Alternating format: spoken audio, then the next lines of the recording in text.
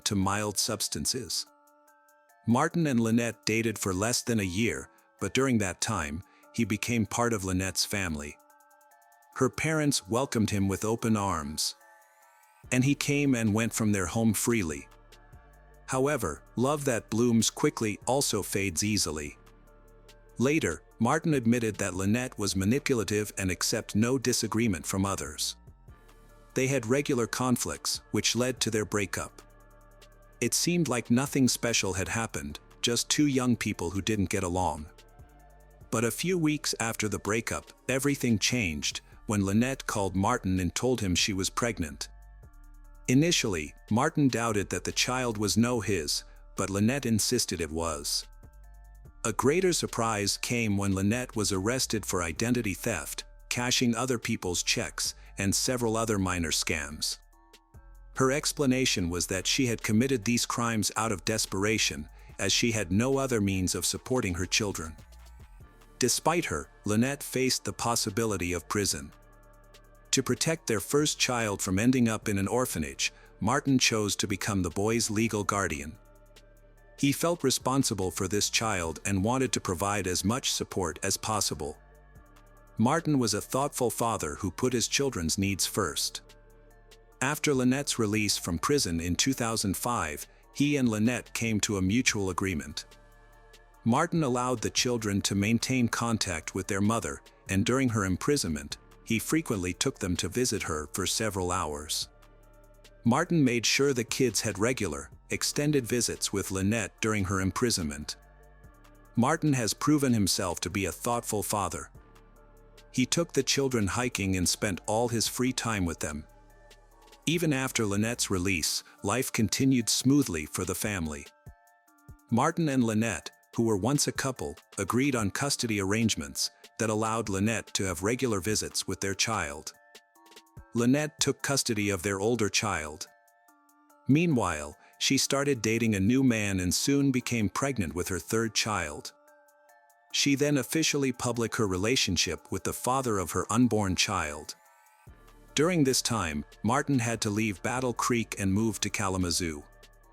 In Kalamazoo, he began a relationship with a new girl, Elizabeth, who also had a child. Martin and Lynette grew apart, but they remained connected through their daughter. At first, everything in the family seemed fine. However, Lynette became concerned as the distance between her and her daughter grew. Matters became more complicated in February 2007, when Martin Campbell was attacked at his girlfriend Elizabeth's house. During the attack, he was shot once in the leg and once in the shoulder. As Martin attempted to flee, he collapsed from the pain and shock. The attacker then pointed the gun at Martin's head and pulled the trigger twice. The attacker intended to empty the entire magazine into Martin. However, after 2 shots to the head, the weapon jammed. Determined to kill Martin, the criminal furiously began to hit his on the head with the pistol. He then left the bleeding Martin on the floor and calmly walked away. Meanwhile, the police continued their investigation and spoke with a witness. Elizabeth provided the first clues about the criminal. Although he wore a mask, she noticed that he appeared much older, as she saw a mustache with gray hairs peeking through. The killer's behavior was clear. He didn't steal anything or attack Elizabeth. His target was Martin. This was evident from the brutality of the attack, which left no chance for Martin's survival. At that time, doctors were trying to save Martin's life. Despite suffering severe head and face injuries, he survived, which was nothing short of a miracle. He was fortunate because the gun jammed. Even a shot to the head could have been fatal. The first bullet hit his shoulder and narrowly missed a major artery. Had it been severed, Martin would have bled to death before the ambulance arrived. Martin's miraculous survival was also crucial for the investigation, as it allowed detectives to get information directly from him. Once his condition stabilized, detectives visited him in the hospital to talk. Martin and Elizabeth were certain that the attempted murder was not a random. This was the second attempt on his life that he had survived. In late February, just days before the shooting, Elizabeth reported an attempted murder while she was returning from the store. As she drove into the garage, a stranger crashed into her car's trunk, blocking her vehicle and the garage door, preventing it from closing. She got out and saw a black SUV, from which a weapon man emerged. The man pointed a gun at Elizabeth's head and asked where Martin was. However, she remained calm and told him that Martin was not home. This was a lie, as she knew Martin was playing with the children in the backyard. She lied to protect their lives. Her tactic worked. The man believed her and left. Before leaving, he mentioned that Martin owed him a large sum of money, and he was there to collect the debt, warning that he would not leave them alone. At that time, Elizabeth contacted the police and provided a detailed description of the man and his car. Additionally, a neighbor witnessed the skirmish, sensed something was wrong, and noted the car's license plate. However, the police discovered that the car was reported stolen and registered in another state, which did not help the investigation. It seemed the search for the criminal had reached a dead end. Nevertheless, a similar car was found a few blocks from the attack site in an apartment complex parking lot. The police attempted to track down the driver of the black SUV but were unsuccessful. The day before the unexpected attack, a masked man broke into Martin and Elizabeth's house and shot Martin at close range. Martin was certain that the killer had been sent by his ex, Lynette Pontius. She was the only person with a motive against he. Her criminal record raised suspicions, as she had previously spent 2 years in prison for financial crimes, including fraud and extortion.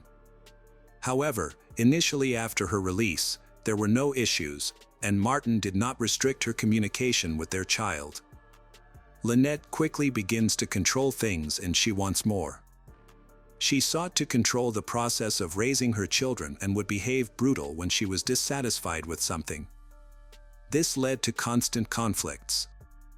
As a result, Martin decided to reduce the time his daughter spent with her biological mother, Lynette, which further angered she.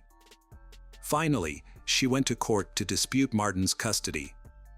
However, she faced an obstacle due to her previous convictions, which worked against her, giving Martin a strong chance of winning. This could have been the last straw, making her hate him more and more.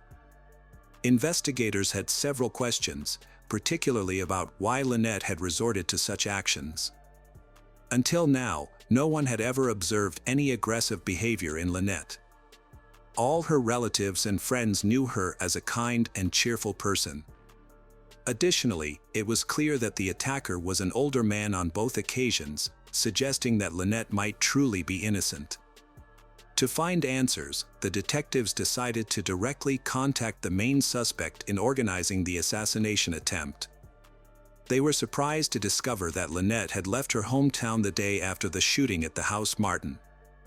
Elizabeth found it suspicious to exclude Lynette from the suspect list. However, finding and detaining Lynette was not easy. It was discovered that she was trying to flee the country, and a nationwide search was launched to capture her. During this time, detectives received another lead. It was revealed that Martin may owe large sums of money from criminal organizations. Some of Martin's friends mentioned that he had been in debt for a long time. Martin used to consume soft substances and smoke. He admitted this to the police but insisted that those days were behind him. Martin claimed that he only used these substances during his meet with Lynette and had quit his bad habits long ago. Before Lynette was caught, a prisoner from the local jail informed the police that Lynette had approached him some time before the attack, offering money to carry out an attack Martin. Lynette was searching for a mercenary to kill Martin. She devised a cunning plan. Accordingly, the killer must win Martin's trust, and after a while, get him drunk or full of mild narcotics to ensure unconsciousness. Afterward, the hired killer would eliminate Martin. Lynette believed it would be best to make it look like an accident. Overall, she didn't care about the method, as long as Martin dies, so that she can gain custody of their daughter. Later, the police gathered evidence from various individuals who reported receiving similar requests and provocations from Lynette. Many people claimed that she had tried to hire them as mercenaries, but none of them were actual shooters, and they all declined the offer. Fortunately, the police quickly identified the killer, who was likely the person who agreed to help Lynette. This suspect was a 59-year-old man named Joseph Lover, who was romantically involved with Lynette. He had a history of involvement in numerous serious crimes. Joseph fit the description of the attacker and was capable of carrying out such a bold attack in broad daylight. The brutal massacre aligned with the style of Joseph, a man who had spent most of his life in prison. However, when the police attempted to locate him, they discovered that he had left the city around the same time Lynette disappeared. It is likely that they fled together. Lynette and Joseph managed to stay hidden until February 13, 2007, when they were discovered near the Mexico-US border. They had been planning to escape to another country to avoid facing justice. However, Lynette realized she needed to retrieve some important documents she had left behind in Mexico and had to return for them. Unfortunately for them, the police were already there waiting to capture them. 5 days later, they were taken into custody, which was a great relief for Martin, who was worried about another attack. Although he was pleased with the arrest, the investigation struggled to communicate with the criminals. Surprisingly, Joseph was very cooperative with the detectives. He admitted he was driving a stolen car and having a pistol, hoping for a reduced sentence. However, he consistently denied being involved in the attack and attempted murder of Martin. Lynette partially backed up his claims, stating she had hired a mercenary to confront Martin. Her intention, she said, was not to kill him but to scare him into relinquishing custody of their daughter. Being separated from her daughter made Lynette extremely miserable. She claimed that Martin did not allow her to see her daughter. Additionally, she alleged that she found evidence of Martin abusing her daughter. Lynette accused Martin of substance abuse and domestic violence. She also shared details about their relationship, stating that Martin had repeatedly beaten her, which led to their breakup. Lynette did not see him as a benefactor, said that he took advantage of her difficult circumstances when their daughter was born. He allegedly forced her to sign documents and formalize guardianship while she was helpless in prison. She believes Martin acted shamelessly in taking advantage of her situation. The interrogations of the two suspects, Lynette and Joseph, happened at the same time, but in different rooms to compare their stories. The investigators, having received information from Lynette, decided to confront Joseph. Initially, Joseph refused to tell the truth. However, once he learned that Lynette the crime was trying to turn him in to the police, Joseph changed his story on very limited evidence. In reality, there was nothing concrete to directly implicate Lynette in the crime. There were no phone records or messages, and Joseph, the sole witness, was unreliable, which weakened the prosecution's position. Lynette's lawyer effectively used these weaknesses to persuade the jury of her innocence. On October 3rd of that year, Joseph confirmed to the jury that Lynette was the mastermind behind the plan to kill Martin. He confirmed that she had formulated the whole plan. However, his numerous contradictions and retractions during the testimony made the jury question his credibility. The defense then made a surprising move. According to Lynette, Martin was an abusive father who often physically harmed his daughter. She presented photos showing bruises on the child's arms and back as evidence. In response, Martin's family defended him by disputing these accusations. They suggested the photos only showed minor abrasions that a child might get accidentally, arguing they did not resemble signs of abuse. They even implied that Lynette herself might have caused the bruises. Despite the defenses put forward by Martin's relatives, Lynette successfully raised doubts in the jury's minds, she portraying herself as a victim. This thing aimed to make Martin's murder seem like an act of kindness in protection of the child. In the end, the lawyers portrayed her accomplice, Joseph, as a true hero. They argued that Joseph was protecting Lynette and her daughter. Lynette did not ask for Martin to be killed, she only wanted to scare him. However, Joseph, a seasoned criminal, believed he was rescuing the girl from cruelty and tyranny, which led him to kill Martin. Additionally, the defense argued that Lynette could not have planned the murder herself, because if that had happened, she would likely have faced life in prison. This was inconsistent with the image of a loving, caring mother seeking custody of her child. Now, the jury had to make a decision in this complicated case. On October 5, 2007, after lengthy discussions, the jury announced the verdict in this case. Lynette was found guilty of orchestrating the attack. Her extravagant lifestyle and criminal record worked against her. The jury didn't believe the lawyer who portrayed Martin as an abuser involved in domestic violence against the child. In fact, there was no evidence to support these claims. Lynette's family was shocked by the jury's verdict. Initially, Lynette was sentenced to life imprisonment with the possibility of parole after 50 years, but the sentence was later changed. However, the judge considered Lynette to be a socially dangerous person. He sincerely expressed his hope that no parole board would ever decide to release the woman. Lynette remains in the Huron Correctional Facility for women. She has served enough of her sentence to apply for parole and has submitted a petition. Lynette is hopeful about being released soon. But no decision has been made yet. Martin's family hoped she will never be released. Her accomplice, Joseph, received a life sentence without the possibility of parole. Hello friends, welcome to our channel. Today we're going to take a look at another horrible case with you, the case of Marie Carlson. In 1974, a baby girl named Marie was born in the Philippines to an ordinary family. Concerned about her daughter's future, Marie's mother made the difficult decision to send her to the United States, where she believed Marie would have better opportunities for success.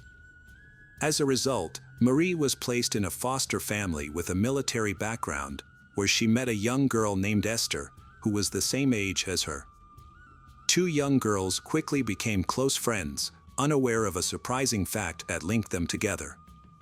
What Marie didn't know was that her American foster father was actually her biological parent, making Esther her biological sister. As they grew older, the sisters left their parents' house and decided to start a new life together. They chose to settle in Florida, where they rented a cozy apartment near a karaoke club that soon became their favorite hangout spot. Marie Carlson's life was a vibrant reflection of her favorite color, pink. She had always believed that living a beautiful life was essential, surrounding herself with flowers and lovely things. But everything changed when she met Jeff, and she discovered a new, profound meaning in life: love. They quickly fell for each other, got married, and had a daughter named Paris, a name that symbolized the love and beauty they shared. Despite their happy family life, Jeff remained an enigma. His past and last name were shrouded in mystery. Meanwhile, Marie was driven to succeed in her career. She had set her sights on joining the Federal Bureau of Investigation, FBI, and was studying criminal law to achieve her goal. However, her journey was not without its challenges.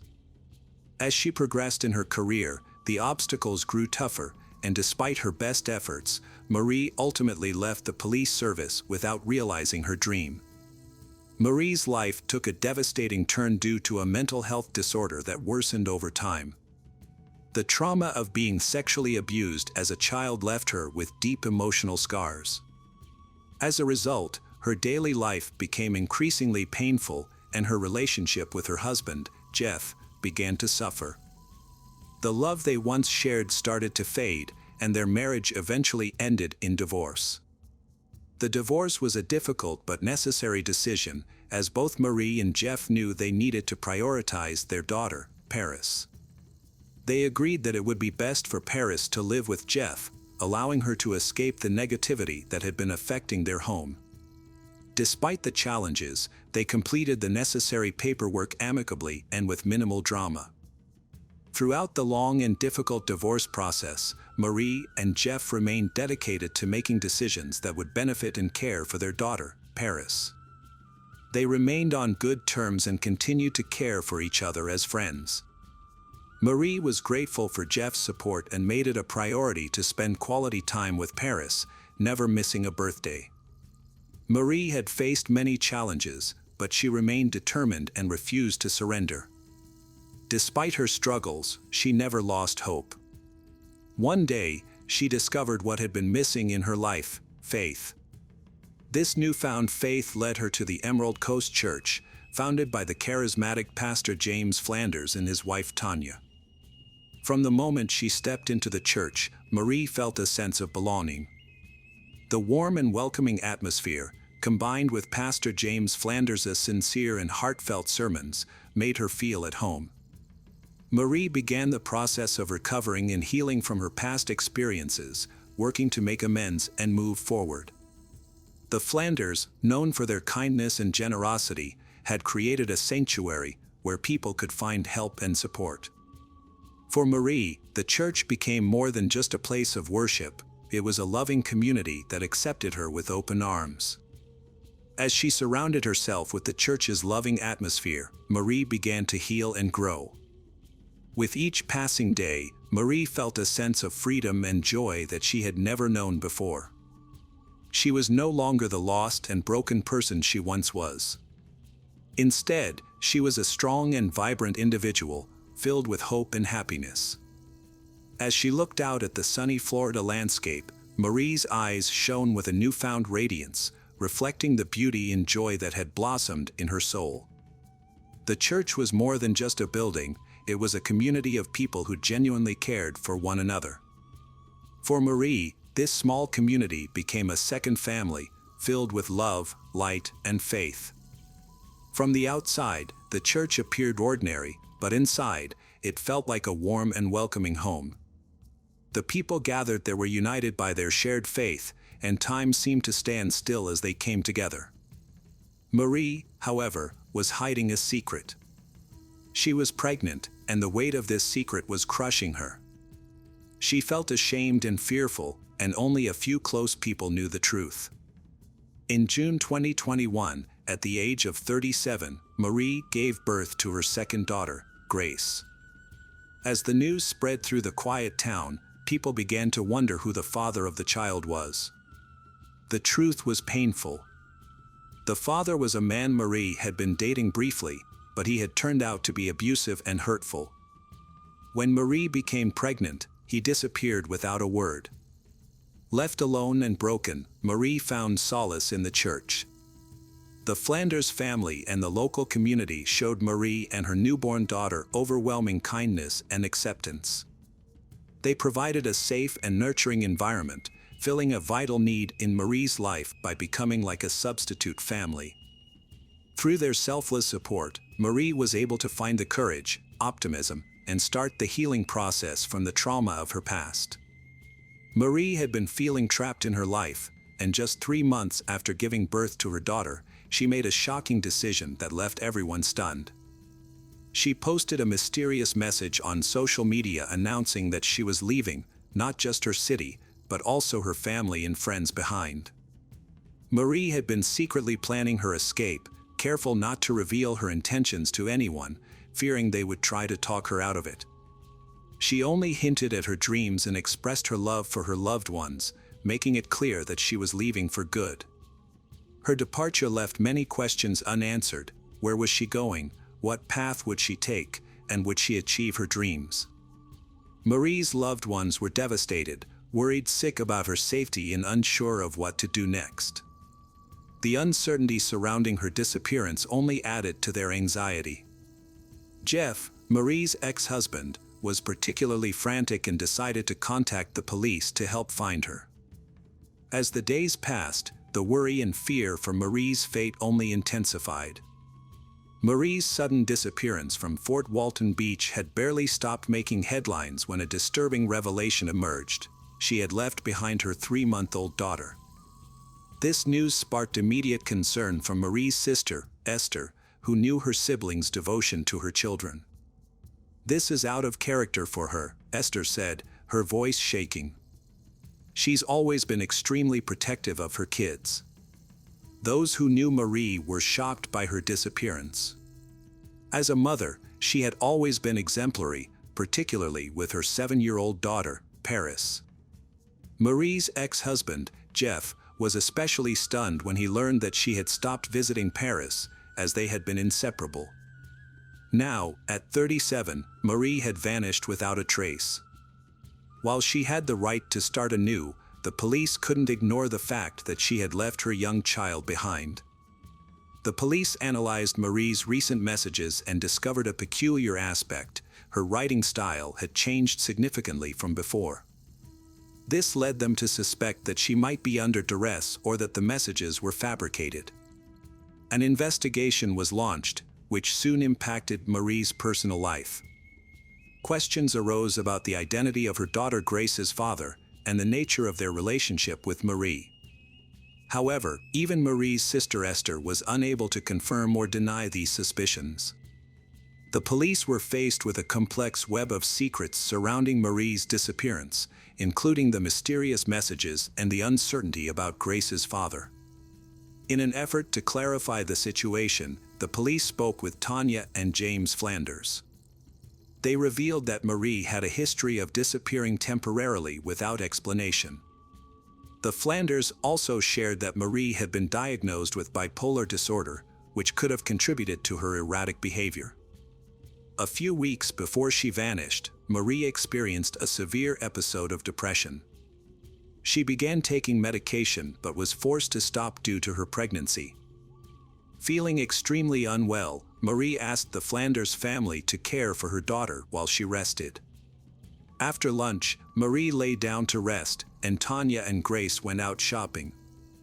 James stayed with Marie to keep an eye on her, but he left for a short time to go home. When he returned, he was shocked to find that Marie and her car were nowhere to be found. The Flanders family immediately launched a search for Marie. They scoured the streets, checking the parking lots of every building, but found no sign of her. Then, James had an idea to check the airport, and to their astonishment, they found Marie's car parked there. Using the spare keys, James drove the car back home. When investigators examined the car, they did not find any suspicious marks or evidence that could lead to Marie's whereabouts. The investigators returned to the airport, hoping to find new leads. Their plan was to review the parking lot camera footage, as the airport is required to keep this information on file. They also hoped to find Marie's ticket, which might have her fingerprints on it. However, when they found the ticket, it didn't yield any useful results. The ticket was clean, with no fingerprints or other clues that could aid in the investigation.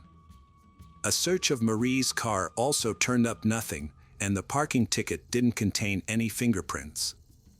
To make matters worse, the cameras in the parking lot weren't working on the day Marie disappeared. This lack of footage was a significant setback for the investigation, leaving the question of whether Marie's disappearance was a tragic accident or a carefully planned escape. As the investigation continued, the police began to suspect that Marie's disappearance might be more sinister than initially thought. They reclassified the case as a murder investigation and shifted their focus to the mysterious father of Marie's child, Grace. The police returned to the church, hoping to find some answers to their questions. Who was Grace's father, and what role did he play in Marie's disappearance? The church, where Marie had found solace, was filled with rumors and speculation. Parishioners whispered about Marie's secret and the plan that had been weighing on her mind. Marie had been struggling with depression and had considered an abortion, but the Flanders family, who were eager to expand their family, had strongly opposed this idea. The Flanders asked Marie to leave her baby with them, while hypocritically offering to help her. Unbeknownst to others, they desperately wanted a second child, despite both being over 40. One parishioner claimed that Marie's baby, Grace, was a reward from above for the Flanders' good deeds. The situation took a turn when Jeff, Marie's ex-husband, arrived on the scene. He was not the father of the child but had information that could solve the mystery. Jeff revealed that he had noticed Marie's pregnancy and had questioned her about the father. Marie lied, saying she was a surrogate mother for the Flanders. However, the investigation that followed revealed the truth. Police spoke with Tanya's friends, who were also church members, and eventually, the truth came to light. It turned out that the father of the child was James, and the conception was natural. This meant that James's wife, Tanya, had to silently accept the situation. The revelation caught the investigators' attention, and the Flanders were summoned for questioning once again. Tanya was the only one who showed up for questioning. She confirmed the information and added that she was present when the child was conceived. According to her, everything happened with the mutual consent of all parties involved. After Marie disappeared, disturbing details about her relationship with James and Tanya came to light. It turned out that James was intimately involved with both women, which was not just infidelity but a form of polygamy. At one point, they even celebrated the child's birthday together, taking a photo of James, Tanya, and Marie posing as a happy family. However, this photo was meant to mislead, suggesting that the celebration was only for Tanya and that Marie was not involved. But after questioning Tanya's friends, the investigation uncovered new information that revealed the true nature of their relationship.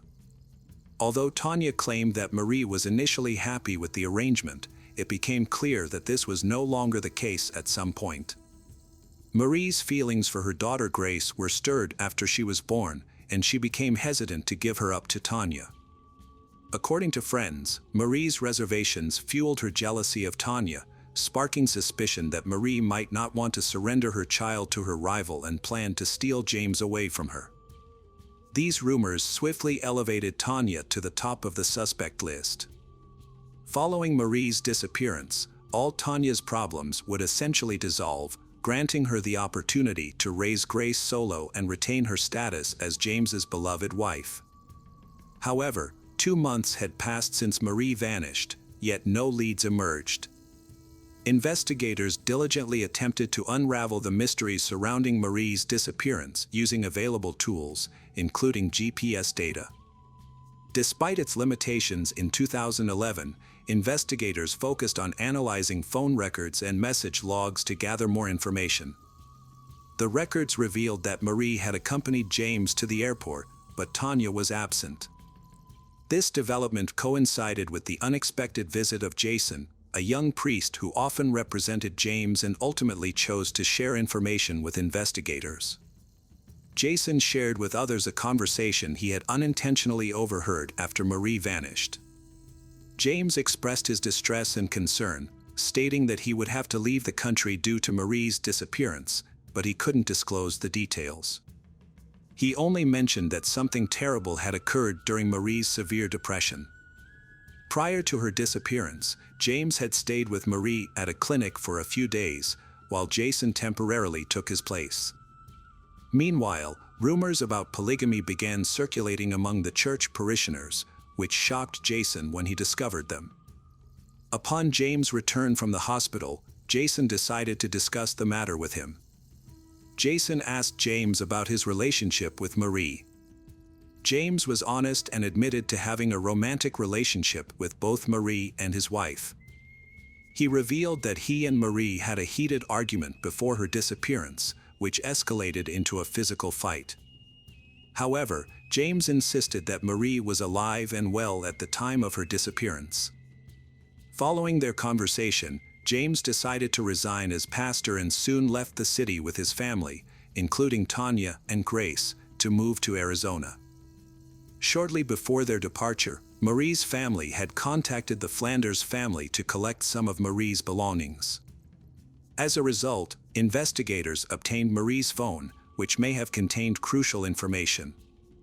The investigation into Marie's disappearance was initially hindered because most of the data on James' phone had been deleted. However, investigators were able to recover some fragments, including a video of James promoting precious metals. This finding raised suspicions, particularly since the case took place in 2011, when digital evidence was easier to erase and surveillance was less widespread. At that time, DNA detection technologies were still in their infancy, making it seem like criminals could easily escape punishment. However, the field of digital forensics was also advancing, and it was this expertise that ultimately helped crack the case. 3 years after Marie vanished, a new program became available that enabled investigators to recover data from phones and computers. This technology allowed them to access messages between Marie and James, which painted a disturbing picture of their relationship. The recovered messages included explicit images, some of which were taken inside a church. Perhaps most damningly, Marie's emails to James revealed her deep desire to leave Fort Walton Beach, fearing the place was cursed. Her messages hinted at her desperation to escape with her child. A chain of unexpected and dramatic events led to the Flanders family's deepest secrets being exposed.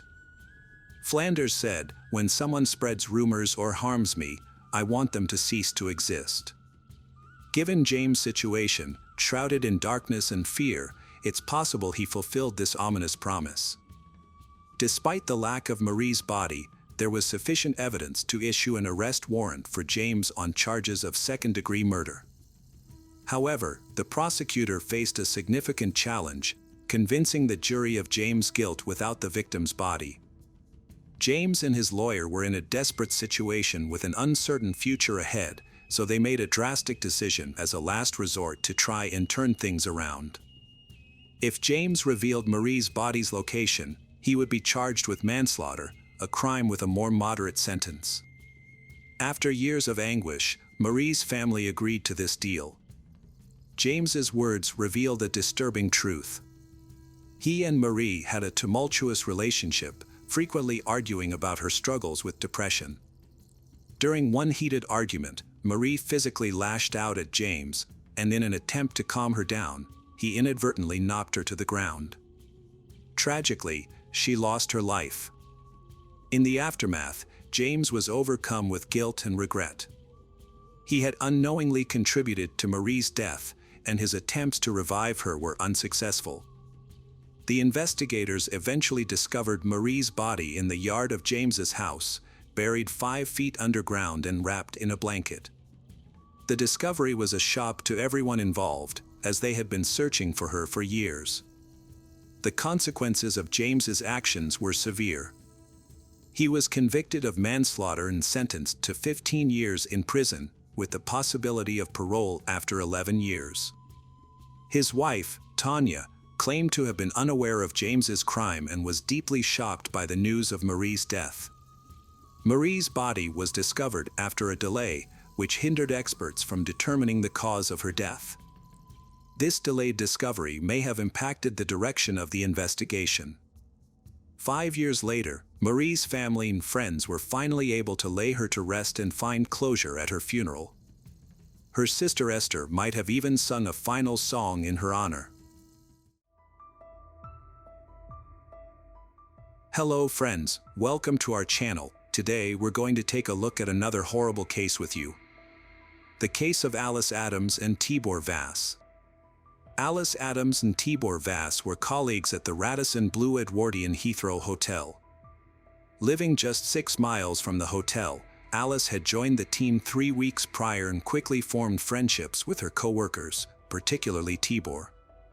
Born and raised in Budapest, Hungary, Tibor was a people person who loved music, playing almost every instrument, with the piano being his favorite. He had taught his younger sister, Isabella, to play piano, and they would often perform together for their parents. Tragedy struck in 2007 when Tibor's father passed away, leaving the family struggling to cope. Tibor, then a teenager, took on a more significant role in supporting his mother, Rosalia, and younger sister. At 15, he started working full-time to help alleviate his mother's burden. He later applied to the University of Budapest in 2008, hoping a college degree would lead to a better job and greater financial stability for his family. Despite his exceptional talent, Tibor was unfortunately denied admission to the university. Tibor discussed his plans to move to Great Britain with his mother, who seemed to support the idea. In July 2010, at the age of 19, Tibor relocated to the United Kingdom and settled in London. He began working at the Radisson Blu Edwardian Heathrow Hotel, where he enjoyed his job, responsibilities, and interactions with colleagues and new clients. Tibor quickly formed a bond with Alice, a talented musician, as they often found common topics to discuss. Both Tibor and Alice worked as receptionists at the hotel, along with Attila Ban, a 31-year-old who had been employed there the longest. Attila was recognized as the hotel's best employee in 2010. As Tibor and Attila were both from Hungary, they developed a close relationship. The hotel provided accommodation for its new employees, and Attila and Tibor lived in a company apartment behind the hotel. This arrangement was convenient, as it saved them money and reduced their commute time. Tibor was thrilled to be in England, but he didn't abandon his plans for higher education. He reapplied to the university in Budapest and was accepted this time around. Overjoyed, he had to return to Hungary in August 2011. To bid him farewell, a small party was organized on August 9, 2011, attended by Tibor, Attila, Alice, and other hotel employees.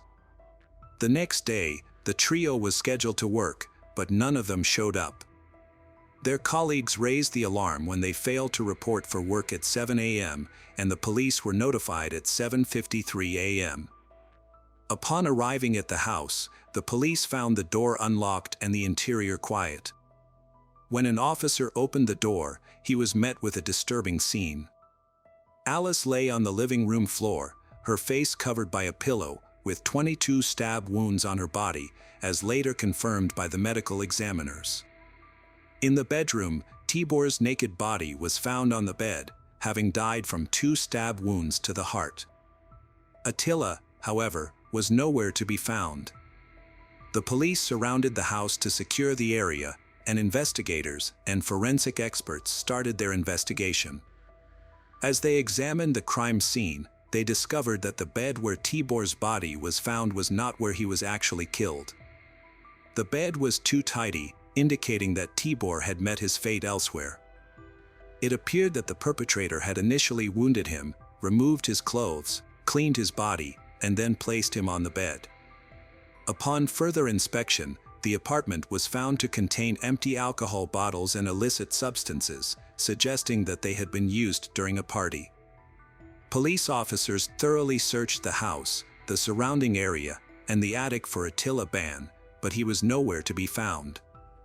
His personal belongings, including his papers, were still in the apartment.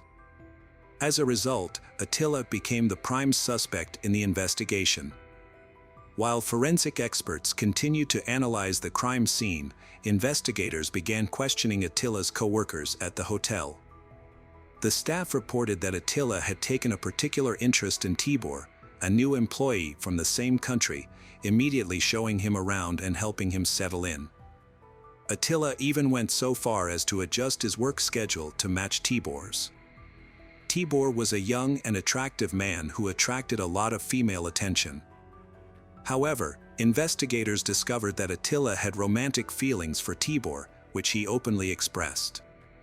According to the hotel staff, Tibor had rejected Attila's advances, making Attila unhappy. Things took a turn for the worse when Alice joined the hotel staff 3 weeks before her death, and Tibor started paying attention to her. Attila became jealous, despite knowing that Tibor was only interested in women. The investigation raised an important question: could Attila have committed the murder out of jealousy and unrequited love? A disturbing Facebook post from Attila, made before the police discovered the bodies, suggested that he was indeed involved. At 6:23 a.m., Attila had posted, "I would like to wake up from that nightmare." Friends commented on the post, expressing their concern, but Attila never responded. This message further solidified the investigators' suspicions that Attila Ban was responsible for the deaths of his colleagues. The number of stab wounds provided a clear indication of what had transpired. Alice sustained 22 stab wounds, while Tibor was stabbed only twice. Furthermore, the positioning of the victims was telling. Alice was found on the floor with a pillow over her face, while Tibor was discovered on the bed. When investigators spoke with the other people who had been at the apartment earlier that night, they learned that Attila, Tibor, and Alice had been the only ones left behind. This suggested that the tragic events had unfolded after the others had left, in the hours leading up to dawn. The news of Alice's death sent shockwaves through the families of both the victim and the perpetrator. The Adams family, Alice's family, released a statement in which her mother, Sarah, paid a heartfelt tribute to her daughter.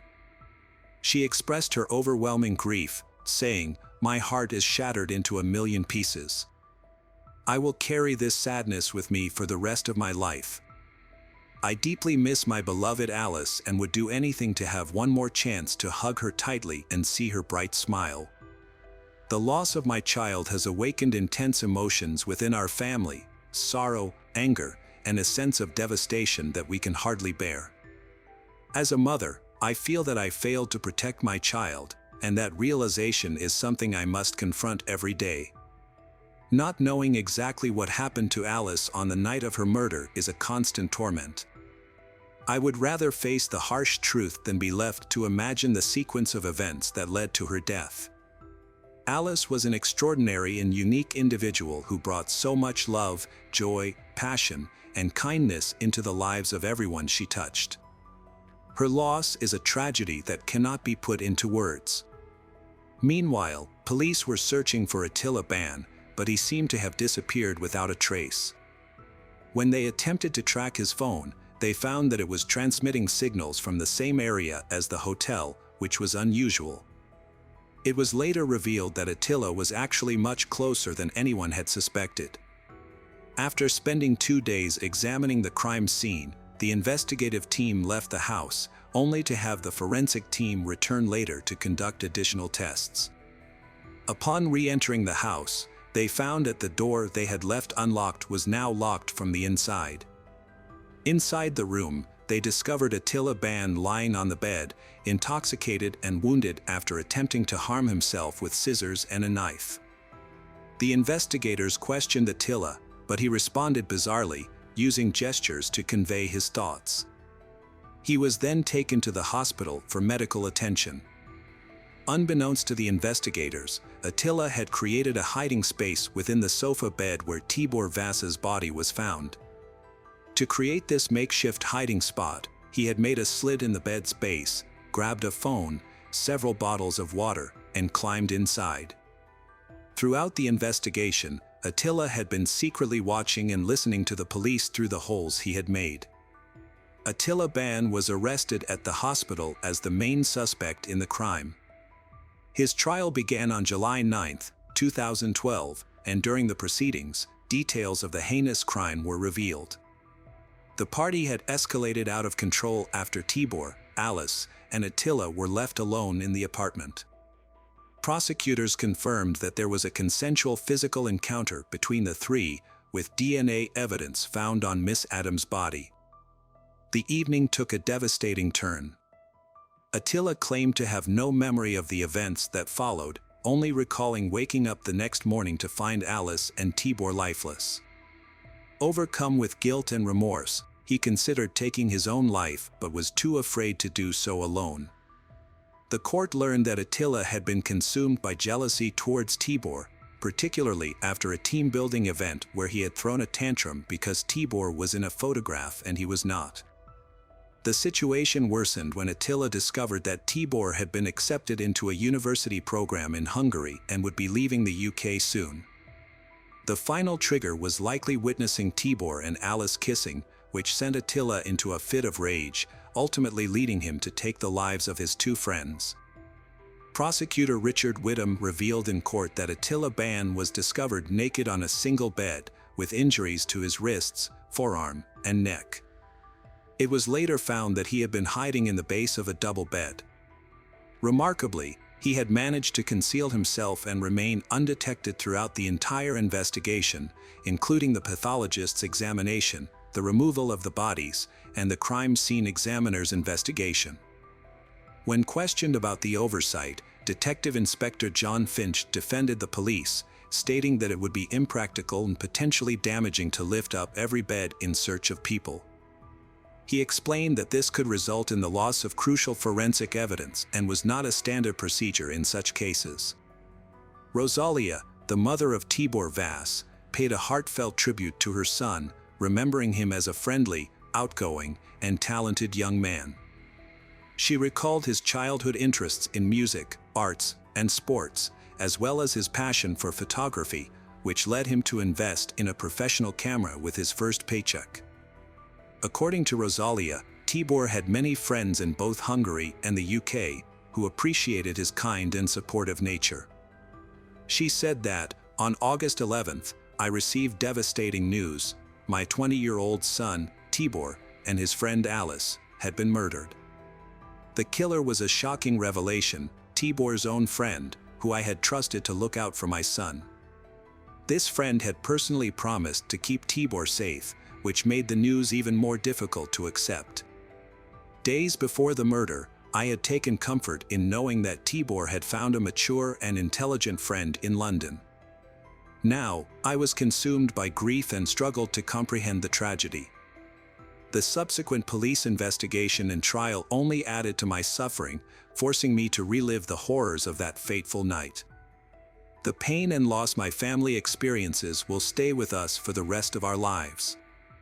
The perpetrator, Attila Ban, pleaded guilty but claimed he couldn't recall the details of the crime. On July 18, 2012, the jury delivered a guilty verdict after just 5 hours of deliberation. A month later, on August 17, Attila Ban was sentenced to 2 life terms. He will have to serve 26 years before being eligible for parole. Hi there, investigators. It's time to uncover the truth behind another case. The case of Diana D. Aiello.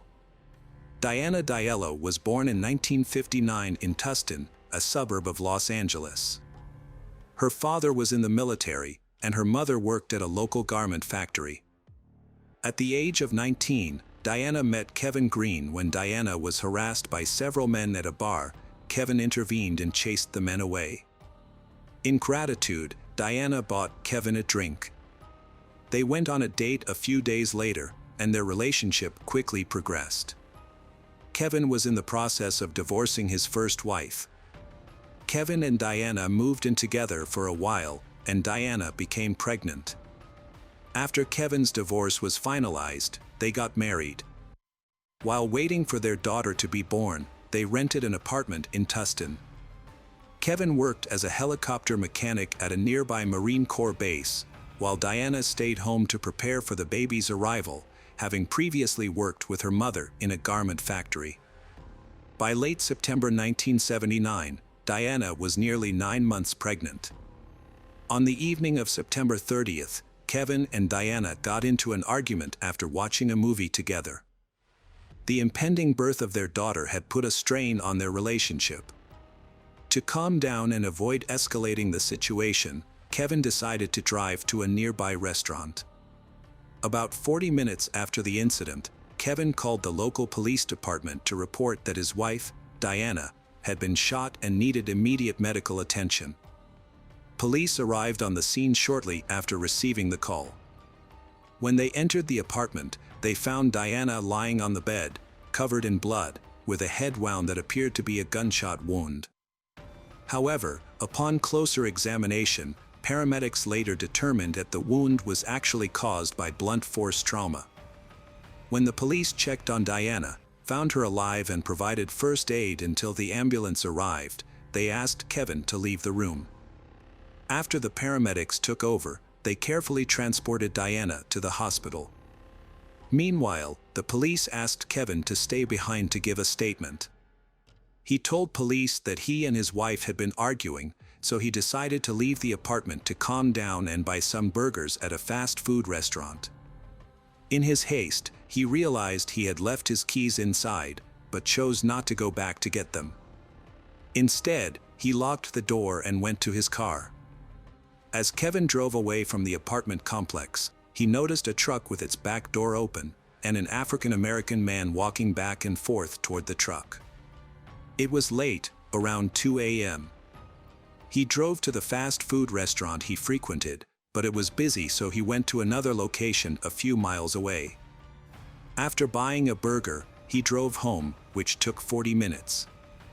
When he arrived, he found the front door wide open. He rushed inside and found his wife, Diana, covered in blood. He immediately called the police. Kevin's story had some suspicious signs, but when the police checked the fast food bag, they found the food was still warm and the receipt confirmed the time and place of purchase, supporting Kevin's story. As a result, the police allowed Kevin to go to the hospital, but not before asking him to provide a blood sample for further investigation. Although DNA analysis was not available at the time, experts could still compare the blood found at the crime scene with Kevin's blood type. When Diana arrived at the hospital, doctors determined that her head wound was not caused by a gunshot. Instead, it was likely inflicted by a small, heavy object. Unfortunately, Diana fell into a coma. The medical team worked diligently for several hours to save both her and her unborn child. After many hours of intense care, they were able to stabilize Diana's condition, but she still required surgery. During the investigation, police asked medical experts to determine whether Diana had been sexually assaulted. The experts confirmed that Diana had indeed been sexually assaulted, finding semen on her body. However, Kevin testified that he and Diana had had sex just hours before the argument. Diana and Kevin's family stayed in the hospital all night. And the next morning, the baby's condition suddenly took a turn for the worse. Doctors tried, but the baby did not survive. Although Diana remained in a coma, her chances of survival had improved. However, doctors warned that she could suffer long-term effects. Although Kevin had an alibi, police were not quick to clear him due to several inconsistencies in his story. He had an argument with Diana just hours before the attack, left his front door unlocked, and spent much of the time on a quick trip to a fast food restaurant. His claim of seeing a suspicious person near his home at night also raised suspicions. However, there was no concrete evidence linking Kevin to the crime. Police are investigating another suspect in a series of similar crimes in the area. A year earlier, a series of break-ins and assaults had occurred in Tustin and surrounding areas with similar modus operandi. In December 1978, a 17-year-old girl was killed after being beaten with a piece of wood and sexually assaulted. 4 months later, a 21-year-old woman was murdered and sexually assaulted. In July 1979, a woman was attacked in her apartment but survived, although she was in a coma for several weeks. Her testimony provided no new leads. Prior to Diana's attack, a similar attack occurred in September 1979, when a 34-year-old woman was murdered. A series of crimes occurred, all with striking similarities to the attack on Diana. The police believed they were dealing with a serial killer and focused their efforts on capturing him. To address the growing concern, the police decided to issue a public warning through the media, specifically targeting women living alone and those living in low-rise apartments, who appeared to be the serial killer's favorite targets. The warning caused panic, and in response, the police increased night patrols in the area. The police began by interviewing and soon received their first leads. Several of the victims' neighbors reported seeing a suspicious white man with thick black hair near their home. Although the description was somewhat vague, the police were able to identify several men who matched and investigate them.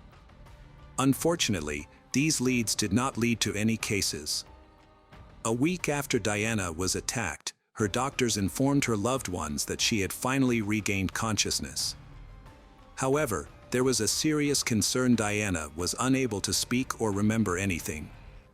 According to her doctors, her brain was still recovering. Around the same time, another attack occurred in Tustin. An unknown assailant broke into the apartment of a 24-year-old woman, striking her multiple times with a piece of wood and sexually assaulting her. Tragically, the victim died, and the police were once again unable to catch the perpetrator. Diana spent several days in the hospital, recovering from her injuries. During this time, her mind slowly cleared, but she had lost almost all of her memory. Doctors told her family that her memories might return, but warned them not to remind her of anything, letting her remember on her own. After being stabilized, Diana was discharged from the hospital and her family took her home. Her husband Kevin had to work at the military base, so Diana was sent to live with Diana's parents. 2 weeks later, another attack occurred in the city, similar to the one on Diana. This time, the attacker killed a 17-year-old girl. Diana began attending physical therapy sessions and her condition gradually improved.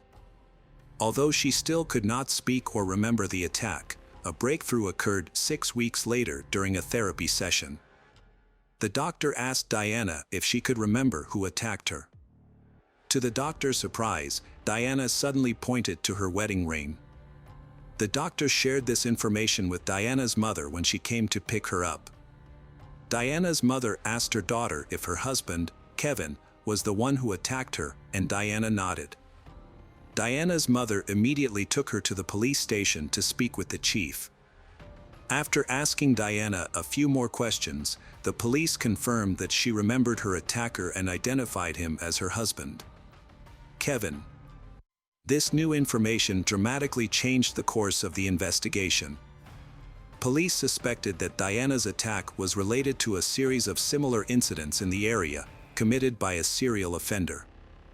However, Kevin matched the suspect's description, leading police to question whether Kevin could be the culprit behind these attacks. The police asked Diana and her mother to pretend that Diana had not recovered her memory and to return home with Kevin. But they agreed to do so. Meanwhile, the police kept a close watch on Kevin, monitoring his every move in the hope of finding evidence of a crime linked to the serial murders. Crime scene testing revealed evidence under Diana's fingernails, where they found bloody skin particles, in addition to the attacker's semen. After analyzing the evidence, police found a match between the attacker's blood type and Kevin's blood sample, indicating that Kevin was the one who attacked Diana. As for a motive, police suspect that Diana's refusal to have sex with Kevin may have prompted the attack. Although Kevin insists that they had sex earlier that night. The police spoke to Diana, and she remembered the attack clearly, confirming that Kevin was her killer. During the conversation, her mother expressed that they could no longer live with Kevin, and the police decided to arrest him. To protect Diana's family, Kevin was arrested at a store instead of at their home. Despite his arrest, Kevin maintained his innocence. Preparations for the trial lasted 10 months, during which time Diana's health gradually improved. She regained her ability to speak. Diana was cleared of the charges, and her husband was found guilty of assaulting her. Kevin's defense team tried to use his fast food alibi, but it was not enough to disprove Diana's testimony. As a result, Kevin was convicted in November 1980 of the child's murder and assault on Diana. He was sentenced to 15 years to life in prison. Police learned that 2 similar crimes had occurred in their district before Kevin was arrested, but both victims survived. Although the identity of the attacker remains unknown, these incidents raised suspicions that Kevin was involved in other crimes. The attacks stopped abruptly after Kevin was arrested. After Kevin's sentencing, Diana promptly filed for divorce, which Kevin did not contest. Diana then focused on her recovery. When Kevin became eligible for parole, the committee denied his request, a decision that was repeated 3 more times. The serial killer case remained unsolved until 1996, when police reopened the investigation. Semen samples from the victims, which had been stored in a laboratory, were retested. Police wanted to determine who the culprit was, and DNA analysis yielded a surprising result. Gerald Parker, a man arrested the same year as Kevin, was found to have a DNA match to the serial murders. After the DNA match confirmed Parker's involvement in the serial murders, investigators re-examined the attack on Diana. Parker and Kevin worked together on a military base, and Parker owned a dark-colored van, similar to the one described in the attacks. During his initial police interview, Kevin reported seeing an African-American man near a dark-colored truck in front of their home on the day of the attack. This information led police to consider the possibility that Parker was involved in the attack on Diana. While Kevin was in jail, the local prosecutor updated him on the progress of the bedroom basher serial murder investigation. The prosecutor asked Kevin to provide a DNA sample, which he quickly agreed to. While the DNA analysis was underway, police visited Parker in prison to discuss the case. Although they had not yet formally charged him with the attacks, they hoped to gather more information. Parker initially denied any involvement in the crimes, so detectives focused their questioning on the attack on Diana. During questioning, Parker revealed that on the night of the incident, he drove his truck to Kevin's house, intending to circle the neighborhood, looking through the ground floor windows for a victim. However, this time, he heard screaming coming from Kevin and Diana's apartment, and when Kevin left the house, Parker noticed that the door was unlocked, so he waited a few minutes before entering the apartment and attacking Diana. Parker revealed that he did not know Kevin's wife because they worked in different areas of the military base. He also confessed to committing 6 murders and 3 non-fatal attacks. After Parker's confessions, DNA evidence confirmed his guilt and Kevin's innocence. The prosecutor quickly moved to overturn Kevin's sentence, and he was released from prison after 16 years.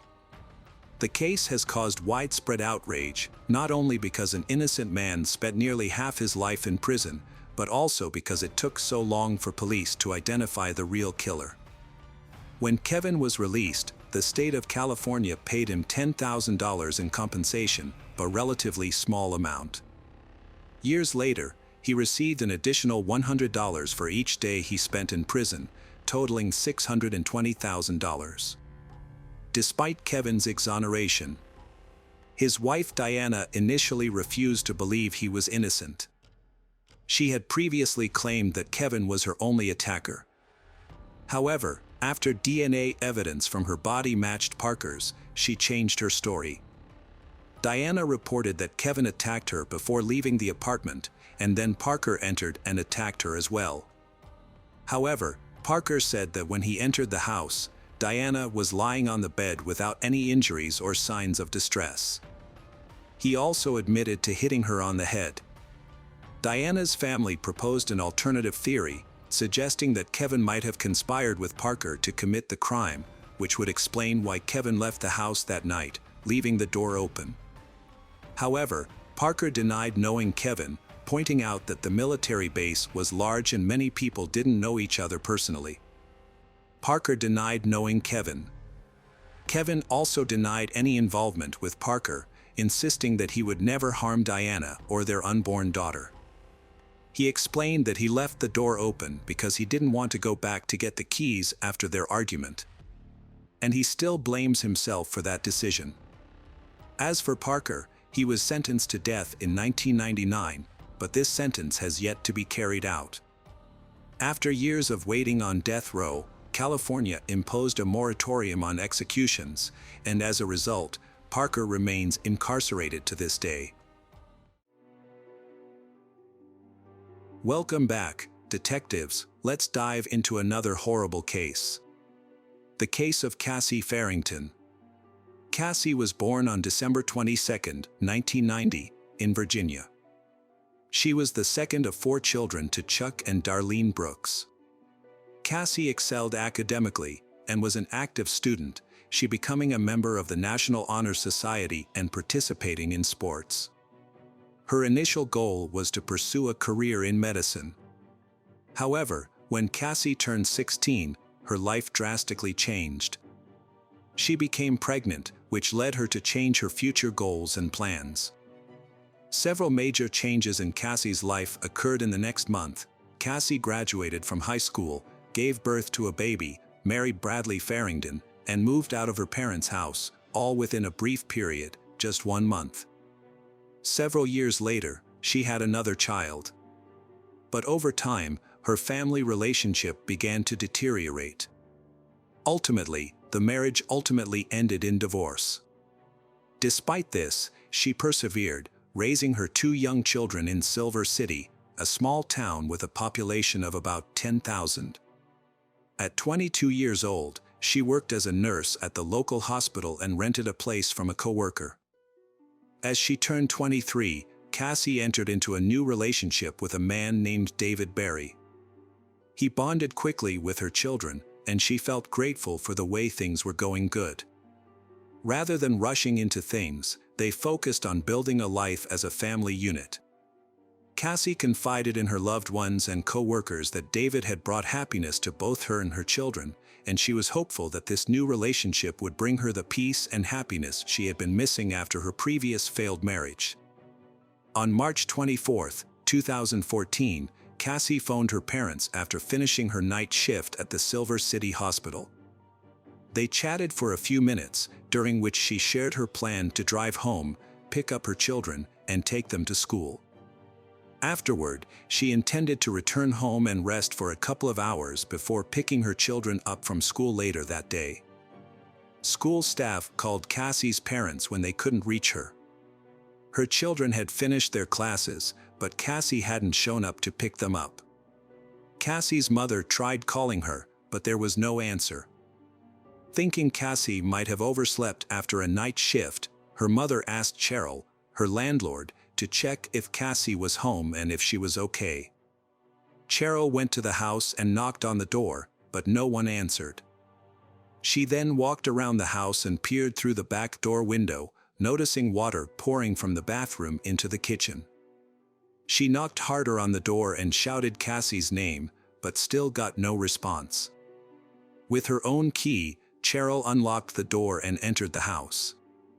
The sound of running water was louder and more distinct. As she walked across the wet floor towards the bathroom, Cheryl called out Cassie's name, her voice shaking slightly. Then she saw Cassie. Cheryl, a coworker and friend of Cassie's, discovered her lifeless body in the overflowing bathtub. She was lying face down, wearing a house robe, as water continued to pour out. Despite Cheryl's first aid skills, she realized that Cassie had been dead for a few hours, as rigor mortis had already set in. This made CPR impossible. Cheryl immediately called 911 to report the incident. She then broke the devastating news to Cassie's parents over the phone, informing them of their daughter's passing. As Cheryl waited for the paramedics and police to arrive, she took a moment to inspect the house. She noticed that the second bathroom, located elsewhere in the house, also had an open faucet with running water. However, the hub there had an overflow protection, so the excess water wasn't running onto the floor but going down the drain. Cheryl also observed that the towel rack in the bathroom had been pulled off the wall and was lying on the floor. Upon receiving the news, Chuck and Darlene, Cassie's parents, were devastated. They stopped everything they were doing and traveled from Arizona to Silver City. Within a few hours, they arrived at the house, where their daughter's body had been found. The police were already on the scene, investigating the circumstances surrounding Cassie's death. The officers observed that there was no sign of forced entry into the house, as all the locks were still in place, the windows were closed, and the glass was intact. Additionally, valuables in the house were still intact, so the possibility of robbery was unlikely. The local sheriff questioned Chuck and Darlene, asking if Cassie had any intention of committing suicide and if she had any reason for doing so. However, Chuck and Darlene firmly dismissed this idea and declared that there was no way Cassie would do such a thing. The police chief repeatedly told Cassie's parents that she had likely taken her own life, as if he was trying to convince them of that fact.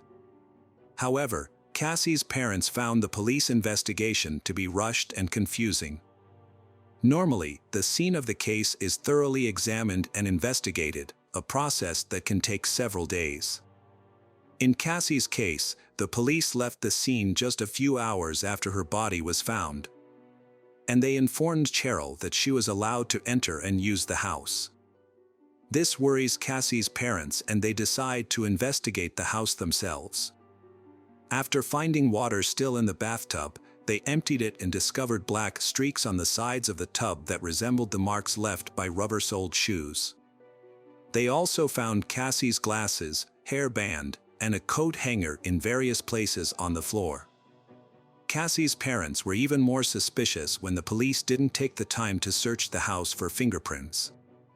They suspected that the authorities might be trying to close the case quickly without thoroughly investigating it. It wasn't until they contacted the district attorney's office that the police appeared to put in more effort.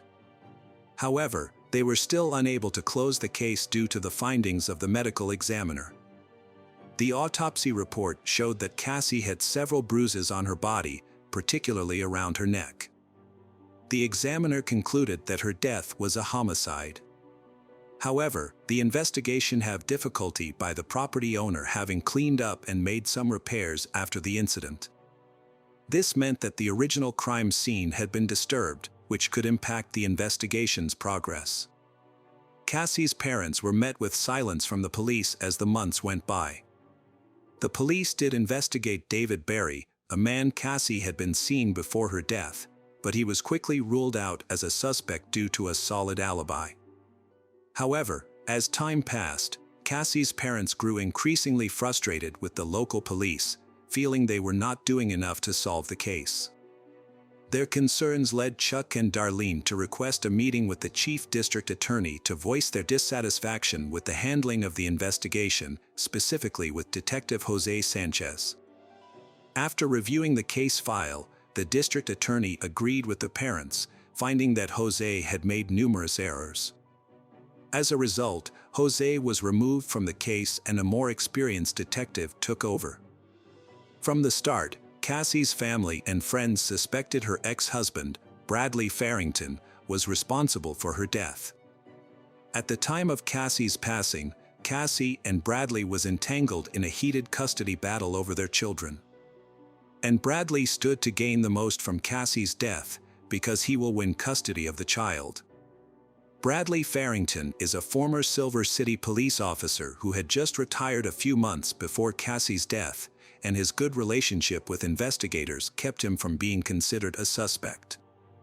However, Bradley had a clear motive for the crime and possessed the necessary knowledge to destroy evidence. He was well aware of police procedures and how to cover his tracks. For example, the bath water will wash away any remaining DNA evidence on the body, as well as erase shoe prints on the floor. Given Cassie's familiarity with Bradley, it's likely that she would have opened the door for him. Unfortunately, due to the poor handling of the investigation by the local police, so any evidence linking Bradley and to the crime scene was lost and could not be restored. The only remaining way to hold Bradley accountable is through eyewitness testimony. Cassie had told her parents about their family being abused by Bradley, and that he often acted arrogant because he was a police officer. Cassie lived in constant fear, and Bradley's friends were police officers and she couldn't turn to them for help. She had confided in co-workers about Bradley's threats, including the ominous threat that he would make her disappear without a trace. Tragically, her life was cut short, and she was found dead on March 24, 2014. 19 months later, on October 23, 2015, 28-year-old Bradley Farrington was arrested in connection with Cassie's death. Although Bradley was a suspect, the local police mishandled evidence, leaving none that directly linked him to the crime. As a result, the judge made a decision permitting previously recorded statements from Cassie to be used as testimony during the trial. During the trial, multiple witnesses testified, including Cassie's parents, friends, and co-workers, to whom she had confided about the abuse she endured at the hands of Bradley. Notable among the witnesses was Dr. Michael Hunter, a renowned forensic expert from San Francisco. With over 20 years of experience, Michael presented the jury with autopsy photographs and concluded that Cassie likely died from strangulation. Cassie had injuries to her neck, which supported that conclusion. After a warrant was issued for Bradley's arrest, Jose Sanchez, who initially handled the case, appeared in court. Jose claimed he had never considered Bradley Farrington a suspect because there was no reason to, and also testified that no fingerprints of Bradley were found at Cassie's home. The crime scene was unusually clean, Jose said. He believed the scene was cleaned after the crime was committed, which explains why no fingerprints were found. After 4.5 hours of deliberation, the jury found Bradley Farrington guilty on September 7, 2018. Bradley was sentenced to life in prison with the possibility of parole after 30 years. He later filed an appeal with the New Mexico Supreme Court in 2020. Bradley appealed his conviction, claiming the trial court erred in allowing Cassie's co-workers, friends, and family members to testify in court. However, the state's highest court declared it had enough evidence to convict Bradley and rejected his appeal. Hello friends, welcome to our channel. Today we're going to take a look at another horrible case with you. The case of Christina Carlin Croft.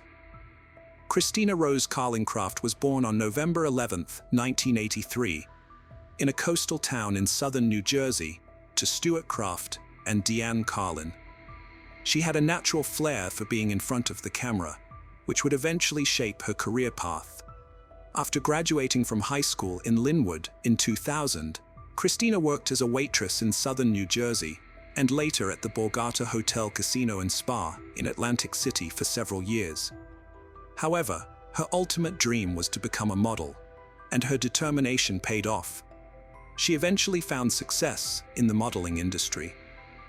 In her promotional material, Christina revealed that she enjoyed participating in photo shoots featuring high-end lingerie and swimwear. According to Eva Waltz, a friend she met on a 3-day Maxim magazine shoot, Christina was a charming and beautiful woman with a great sense of humor. With dark hair and blue eyes, she embodied the essence of a fashion model. Christina had always dreamed of being on the cover of Playboy. In 2003, while working as a waitress at the Borgata Casino, she met Alex Urtielli. They started dating soon after, and Alex became her supportive partner, never opposing her career choices.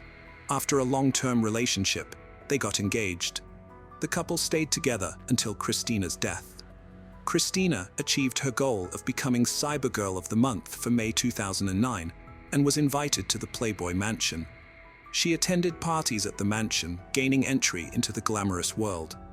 This success marked the peak of her career, and her ambitions soared, especially after meeting Hugh Hefner, whose attention was hard to capture. However, despite this, Christina failed to become a Playboy magazine model. Thousands of girls send their photos to the magazine, but only one is chosen. At 26, Christina was considered too old for the magazine, which typically features younger models. This setback affected her confidence, but she continued modeling. Her extensive portfolio included work with Redken, Maxim, Victoria's Secret, Vanity Fair, and many others.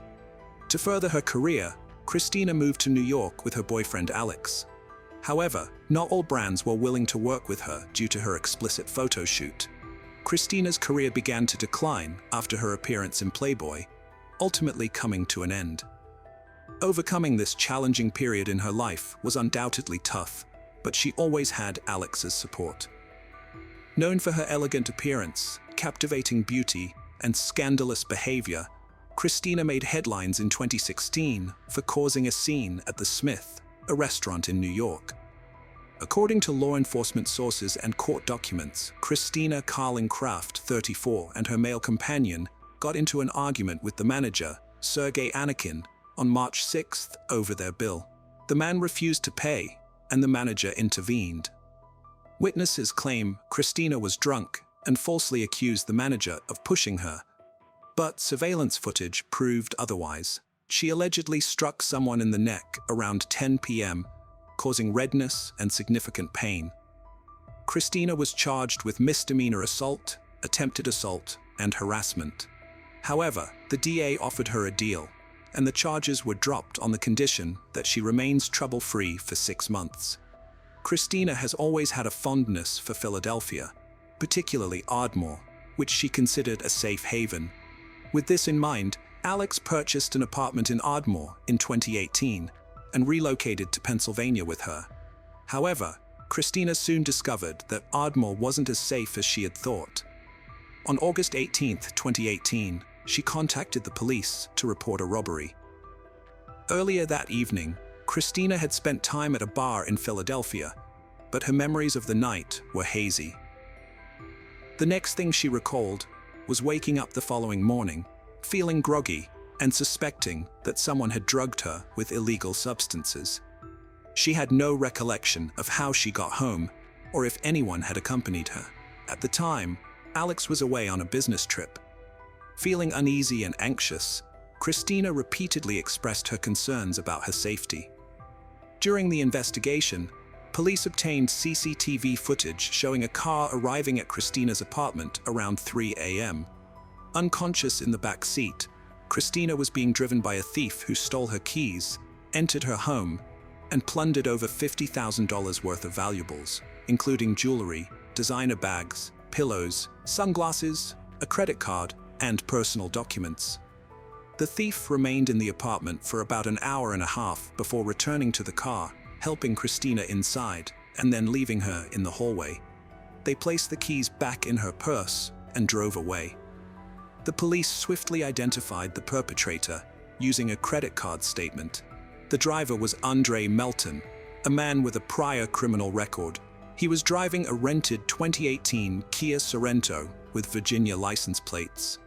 Witnesses reported seeing the same car near Christina's house on August 17th, which was confirmed by police using specialized license plate recognition software. While the police were still searching for Andre Melton to recover Christina's stolen items, a far more serious crime took place. Just 4 days later, on August 22, 2018, Alex Celli called the police, asking them to check on his girlfriend, Christina Carling Craft, as he was unable to contact her and was on his way home. Christina wasn't answering her calls or texts. Upon arriving home, Alex found the apartment door locked from the inside. He then checked the security system, revealing that someone had opened the front door and the balcony door during the night. The police were called to the address and had to force entry by breaking down the front door, which was locked from the inside. Upon entering the apartment, they were immediately met with signs of a crime scene, including visible blood. A body lay on the bed, covered with a blanket. Lifting the blanket, they found a woman who had been severely beaten. Unfortunately, it was Christina Carling Craft, and she was already dead. Her body showed signs of blows all over, and her nose was broken. There was also a strangulation mark around her neck. It was later discovered that Christina had been strangled with her own sweatpants. When the detectives identified the victim, they had to break the devastating news to Alex, who was waiting outside. His beloved Christina was dead. This shocking revelation sparked immediate suspicion, as the people closest to the victim are often implicated in such cases. The police did not dismiss the possibility that Alex might be the perpetrator. Alex and Christina had a long history together, and anything could have transpired between them. It was Alex who had contacted the police station, expressing concern for Christina's safety, only for her to be found dead soon after. These events seemed too coincidental. It was possible that Alex had orchestrated the scenario to divert suspicion away from himself. The investigators requested that Alex accompany them to the police station to answer some questions. He agreed without hesitation. During the questioning, Alex explained that he had an urgent work commitment in New York on August 21st and had planned to return. The following night, August 22nd, at 2:30 a.m., he called Christina to bid her good night, but she didn't answer. Given her habitual wakefulness at this hour, Alex grew anxious. He made several more calls, but Christina remained unresponsive. After reviewing the security system, he discovered suspicious activity in the apartment that night, prompting him to relinquish his business and rush back to Ardmore. After hearing Alex's story, the police no longer believed he was responsible for Christina's murder. His alibi checked out, and he couldn't have been in two places at once. They cleared him as a suspect, but the question remained: who killed Christina? Who would want her dead? The investigators looked into Christina's report of a robbery 4 days before her murder, suspecting a connection between the two crimes. This led them to Andre Melton, the thief who stole from Christina's apartment. Maybe he returned to steal again, but his plan was foiled when Christina caught him. Perhaps he discovered she had reported him to the police and decided to take revenge. On August 22nd, the day Christina's body was found, the police obtained an arrest warrant for Andre Melton. When they went to his address, however, they discovered he was no longer there. Despite his absence, they did find some of Christina's belongings still at the location. The police also managed to obtain surveillance footage from the night of the crime, which showed Christina leaving her apartment, then returning a few hours later with an unknown man. The footage was recorded at 3:08 a.m., and surprisingly, the man was not Andre Melton.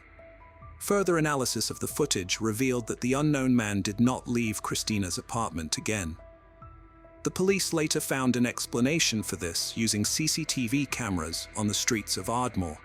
They discovered that Christina had visited a Philadelphia bar before returning to her apartment. Investigators reviewed the CCTV footage from the bar, which showed Christina meeting a man who later hugged her. This was the same man she had returned to her apartment with. After leaving the bar, Christina and her new friend were involved in an altercation. In the days that followed, detectives worked to reconstruct Christina's movements on the day she died, gathering data to piece together the events leading up to the crime. The police quickly ruled out Melton as a suspect, as he was not with Christina on the day of her death. However, it remained unclear whether her death was connected to the earlier robbery or simply a coincidence. On August 25th, the police received a new lead. Andrew Sanford, the taxi driver who had driven Christina and her companion that night, came forward. According to Sanford, Christina and the man had hailed him down rather than using the taxi app and had negotiated the fare. Sanford reported that the couple seemed affectionate and did not arouse his suspicion. When they arrived at their destination, Christina got out and directed Sanford where to go. It turned out that she didn't have any cash and offered to leave her credit card, but Sanford declined. Her friend then offered him $100 to wait for 10 to 15 minutes while they went inside. Sanford left 20 minutes later, as neither Christina nor her companion had returned. The couple, Christina and Alex, entered their second-floor apartment around 3 a.m. About an hour later, at 4 a.m., Christina made a call to her cousin, but she didn't speak. Instead, her cousin heard a man's voice in the background, warning Christina not to call the police. The call abruptly ended before the cousin could gather more information. It remains unclear why the cousin didn't call 911 after hearing this. The police were able to piece together the crime's timeline thanks to the door sensors in the apartment, which recorded exact times for each door opening. The records showed that someone opened the door at 3:08 a.m. and again at 5:10 a.m.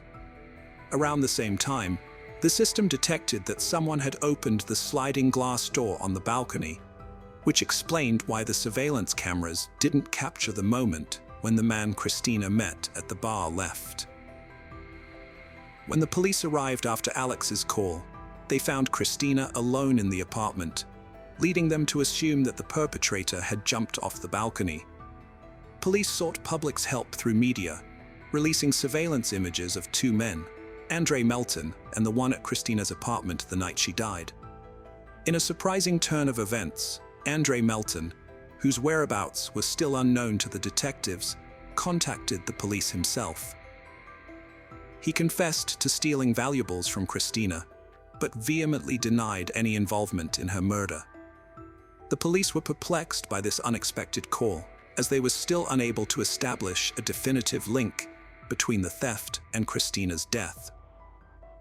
It was possible that this was all part of a strategy devised by the two suspects.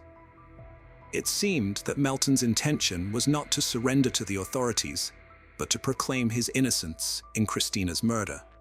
On August 26th, the police station received an anonymous call from a man who claimed to know one of the suspects featured in the released pictures. He shared a room with the suspect at a psychiatric clinic in Philadelphia.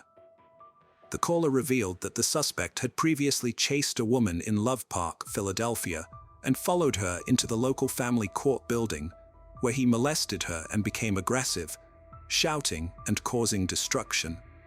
The incident led to a 2-hour stay in a psychiatric hospital, costing $70. However, the suspect was admitted without being identified, as no one wanted to deal with him. The police were left with a mystery on their hands. The caller then provided even more critical information, stating that the suspect bragged about recently strangling a woman, taking great pleasure and satisfaction from the act. Upon hearing this, investigators strongly believed that they had found the killer of Christina Carlin Craft. The police station received another call from a man who claimed to be a relative of the suspect from Philadelphia. He identified the man in the photo as Jonathan Wesley Harris, who had previously served a prison sentence for robbery. Harris was released from prison on July 15th, just 5 weeks before Christina's death. After conducting a thorough background check, investigators concluded that Andre Melton and Jonathan Harris had no connection and had never crossed paths before. Therefore, the police ruled out any possibility of a link between the two crimes. Furthermore, the police gained access to Harris's phone records, which revealed that he had sent several messages on August 22nd. One of the texts mentioned that he had met an attractive woman and was planning to visit her apartment on August 28th.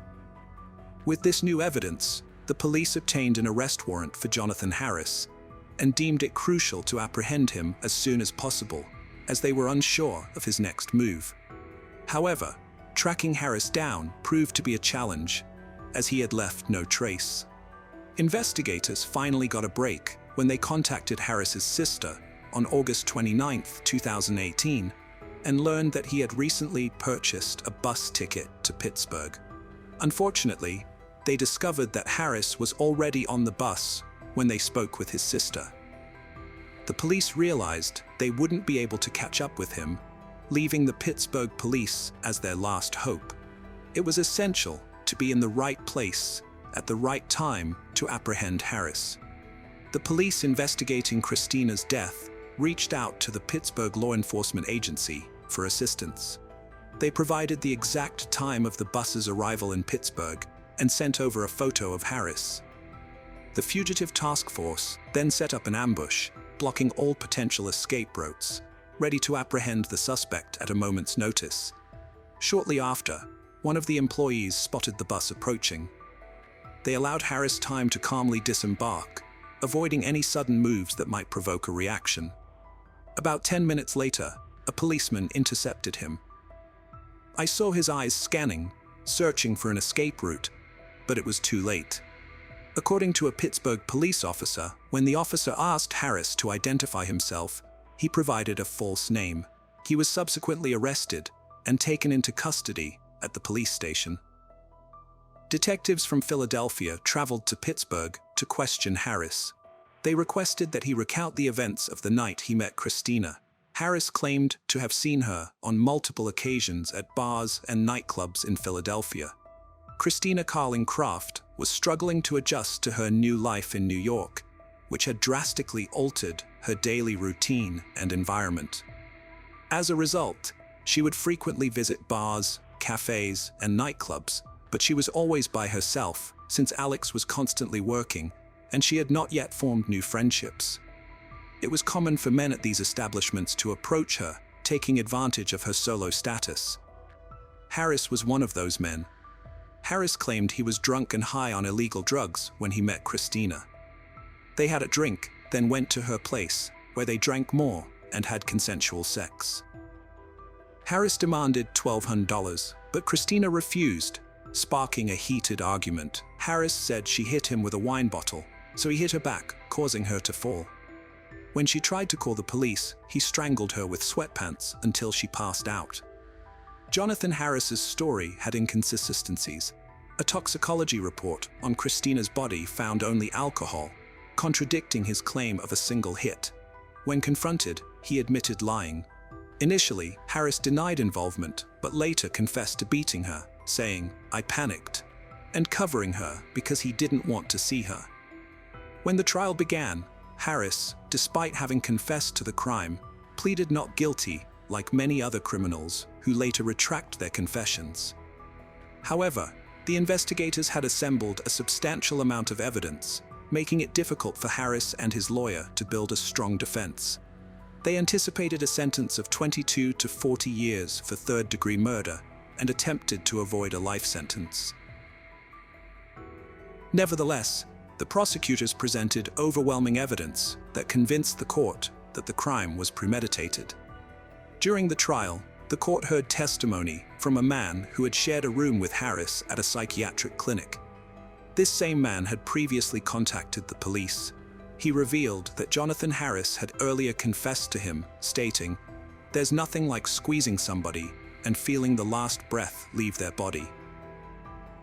In August 2019, Judge William R. Carpenter sentenced Jonathan Wesley Harris to life in prison without parole, plus an additional 22 to 45 years. The judge added the extra decades to ensure that Harris would never be freed, sending a message to future governors or pardon boards. In December 2018, Philadelphia police arrested Andre Melton for the robbery of Christina Carling-Craft's apartment.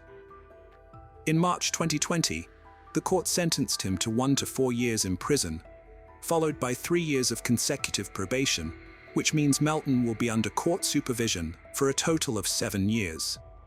Before learning his fate, Melton said, "I would like to apologize to the family for any grief or pain that I caused. I am not the bad person the district attorney is trying to make me out to be." Hello friends, welcome to our channel. Today we're going to take a look at another horrible case with you. The case of Megan Landowski. The case of Megan Landowski, who lived near the Chesapeake Bay in Portsmouth, Virginia, a bustling seaport town that is home to both the U.S. Navy and Coast Guard. Megan's family included Navy officer Chris Short, his wife Angela, and their 3 stepchildren, Elizabeth Gable, Megan Landowski, and Corey Landowski. Having spent a year stationed at the naval base in Guantanamo Bay, Cuba, Chris was transferred to a naval hospital in Portsmouth, which was a relief for his family.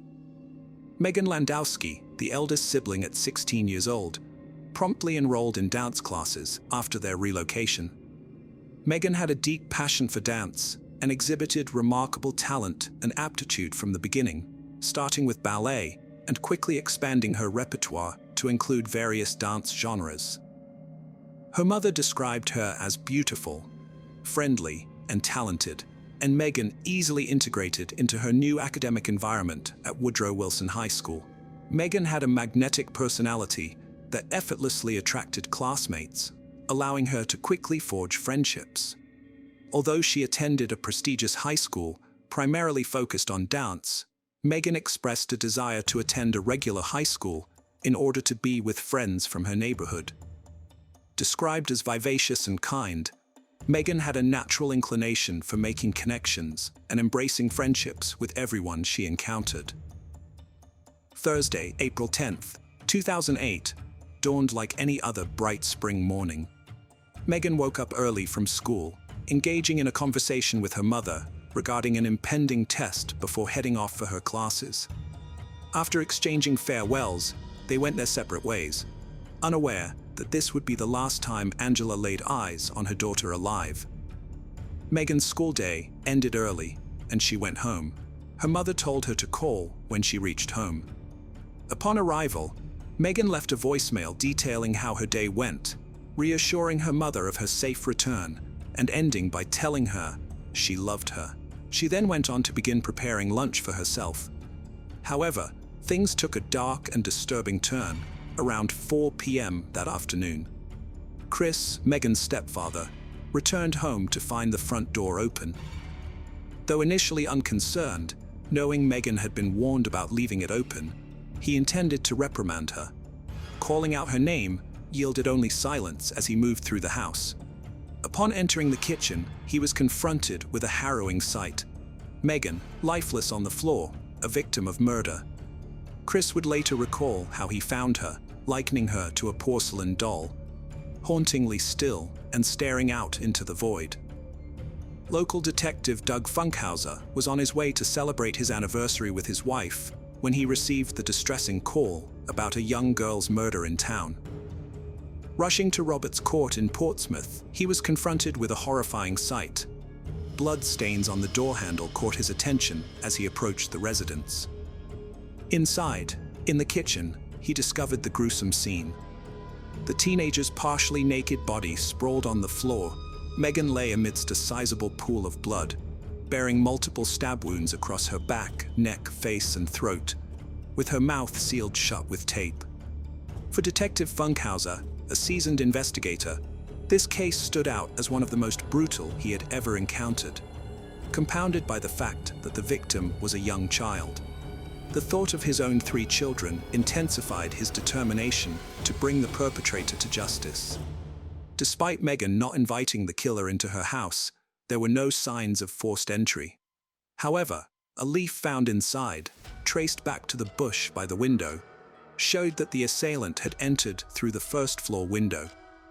The attack started in an upstairs bedroom, evident from the messy bed that indicated a struggle. Her underwear was on the floor, and a tape dispenser under the left corner of the bed matched the tape used to bind her. Blood-stained tape was collected for analysis. Police took pillows, sheets, and blankets for forensic examination. Disturbing evidence was found in the bedroom. Seminal fluid on the duvet and in Megan's underwear suggested she was sexually assaulted before the brutal attack downstairs. Megan had 43 stab wounds, 11 after her death. She was discovered naked from the waist down, with her arms bound behind her with tape. The forensic team quickly identified the potential murder weapon. They found a knife missing from the kitchen counter holder, eventually locating it in the sink. Megan was first attacked in her room, but escaped downstairs before being fatally assaulted. The perpetrator moved through the house, leaving footprints, and washed their hands in the sink, leaving behind one of the 2 knives used in the murder. The other knife, taken from the kitchen block, was found in a storm drain nearby. Detectives realized they had to apprehend the murderer promptly. The investigation began swiftly, with officers thoroughly searching the area, looking for witnesses who may have seen or heard something suspicious during the crime. Unfortunately, no one provided any useful information, and it seemed like the culprit had fled unnoticed. The town was gripped by fear, with parents worried about their children's safety, many too scared to sleep at night, aware that a killer was on the loose. After their daughter's murder, Angela and Chris quickly told the police they suspected Robert Hickey, a friend of Chris from the Navy who had a troubled past. When Megan was 16, Robert, who also worked with Chris, sexually assaulted her. Megan started acting differently and doing poorly in school. Chris noticed and asked her what was wrong. Eventually, Megan admitted that Robert was abusing her. Chris was angered and disgusted, immediately cutting off all connections with the Hickey family and reporting the abuse. At this point, Megan's parents had initiated legal action just 5 months before her murder, with a trial awaiting. They now suspected that Robert had killed Megan to prevent her from testifying against him, fearing the potential damage to his reputation and the risk of incarceration. Megan had even voiced concerns about him coming after her, and tragically, it appeared her apprehensions had materialized. Officers went to Hickey's house looking for evidence related to a murder, but they didn't find anything incriminating. However, when they checked his computer later on, they saw that someone had tried to delete everything on the hard drive. A file that had been recently deleted was found, showing illegal pictures of underage kids. This led to Hickey being charged with having child pornography and made him the main suspect in the murder case. He was brought in for questioning but was unable to provide any valuable insights. Subsequently, police interviewed other acquaintances from Woodrow Wilson High School, revealing that Megan had been involved in a few romantic relationships, but none of them were particularly serious. While none of these individuals emerged as suspects, the authorities decided to collect DNA samples from them as a precautionary measure to eliminate any potential connections. Forensic experts specializing in biogeographical analysis re-examined the DNA evidence collected from the crime scene in an effort to determine the geographical origin of the perpetrator. Their analysis suggested that they were searching for an African-American male. Despite 6 months elapsing with no significant progress in the case, a breakthrough occurred when a cooperative classmate provided the police with valuable information: a list of boys with whom Megan had occasionally engaged in flirtatious interactions.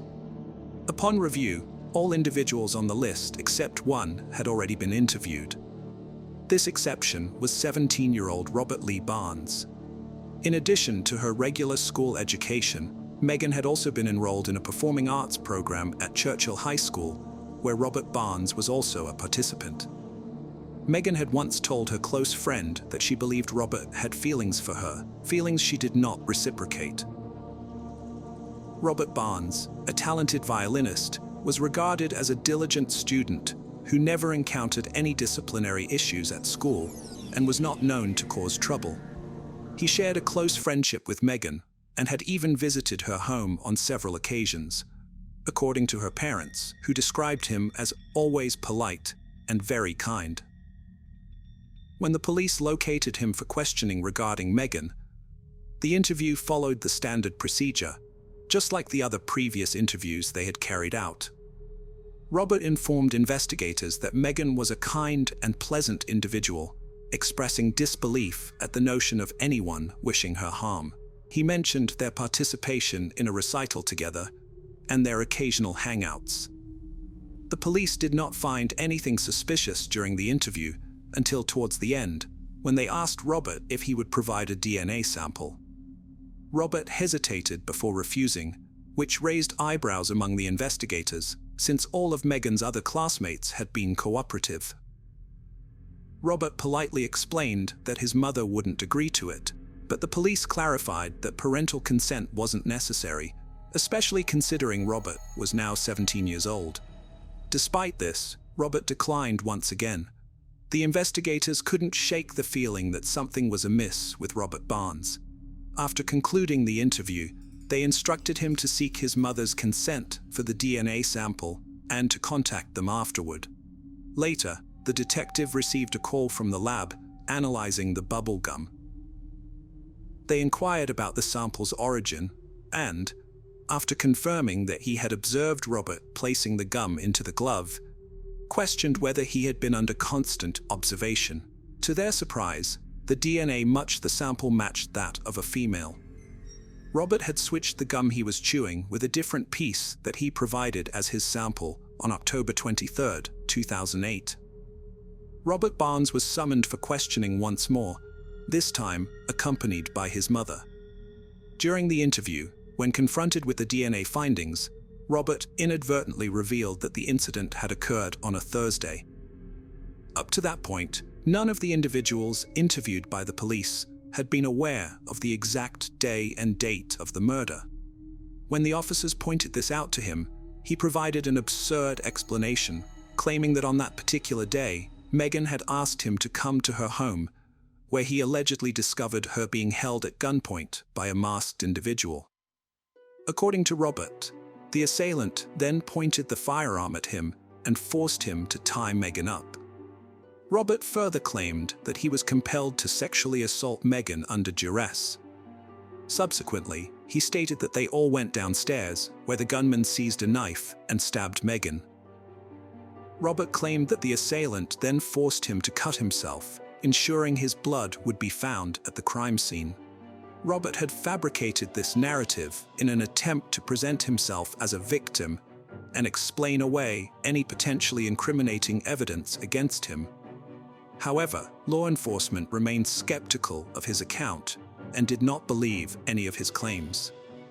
When confronted with the evidence of footprints, they questioned why only his footprints were found and not those of the alleged assailant. Robert's mother intervened, advising him to stop speaking and vouching for his character, claiming he was a good and innocent child. The police collected a sample of his DNA, and the analysis confirmed a match between Robert's DNA and the assailant, contradicting his claims. Robert Barnes was arrested for the murder of Megan Landowski. The news left Megan's parents in shock, as they could not comprehend how the quiet boy who used to ride the school bus with their daughter could be capable of such violence. According to the police, Robert likely gained entry to the home through the window that afternoon, surprising Megan in her bedroom before committing the atrocious acts. Megan managed to flee downstairs, but Robert pursued her, stabbing her with a kitchen knife and continuing to do so even after her death. Afterward, he left the scene and carried on with his life, as if nothing had occurred. The investigators speculated that Robert had developed an unhealthy obsession with Megan, while Megan only wanted a platonic relationship between them. When Robert's advances were rejected, he resorted to coercion, which ultimately led him down a destructive path that culminated in tragedy. In September 2009, Robert accepted a plea bargain that spared him from being tried as an adult, as he had recently turned 18. He pleaded guilty to charges of first-degree murder and aggravated sexual battery.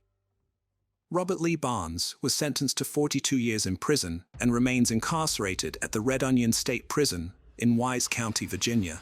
Whether driven by love, desire, bitterness, or the sting of rejection, Robert's actions and atrocious deeds towards someone he claimed to love and care for were not justified. Instead of accepting to move on, he chose a dark path that led to a tragic fate, ending the life of an innocent soul, and, in the process, ruining his life and affecting the lives of Megan's loved ones.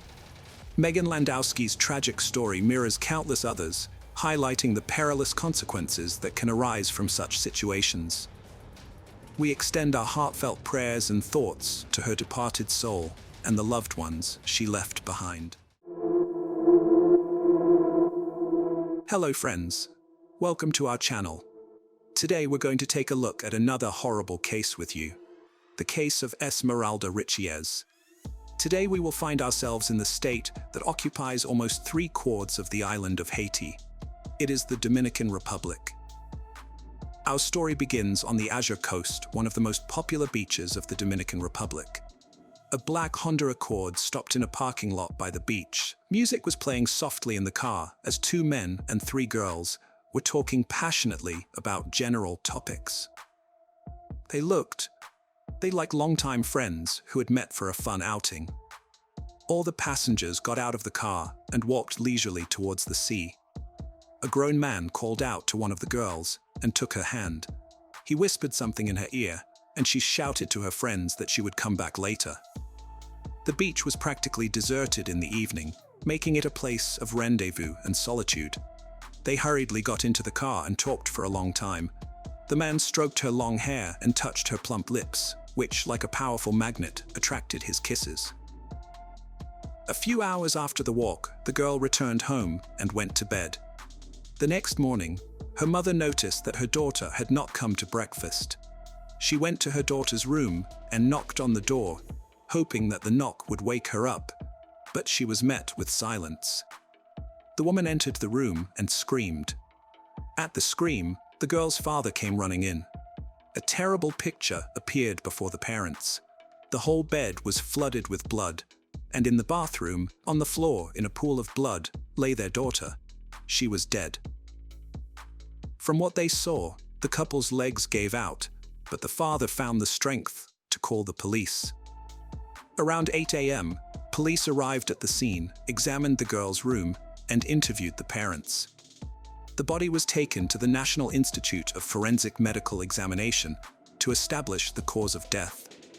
The parents cried and wondered what could have happened to their daughter at home at night, But unfortunately, the events preceding this tragedy began to develop much earlier and escaped the parents' eyes. Today, before us, will be a modern story of impossible love between a grown man and a young girl.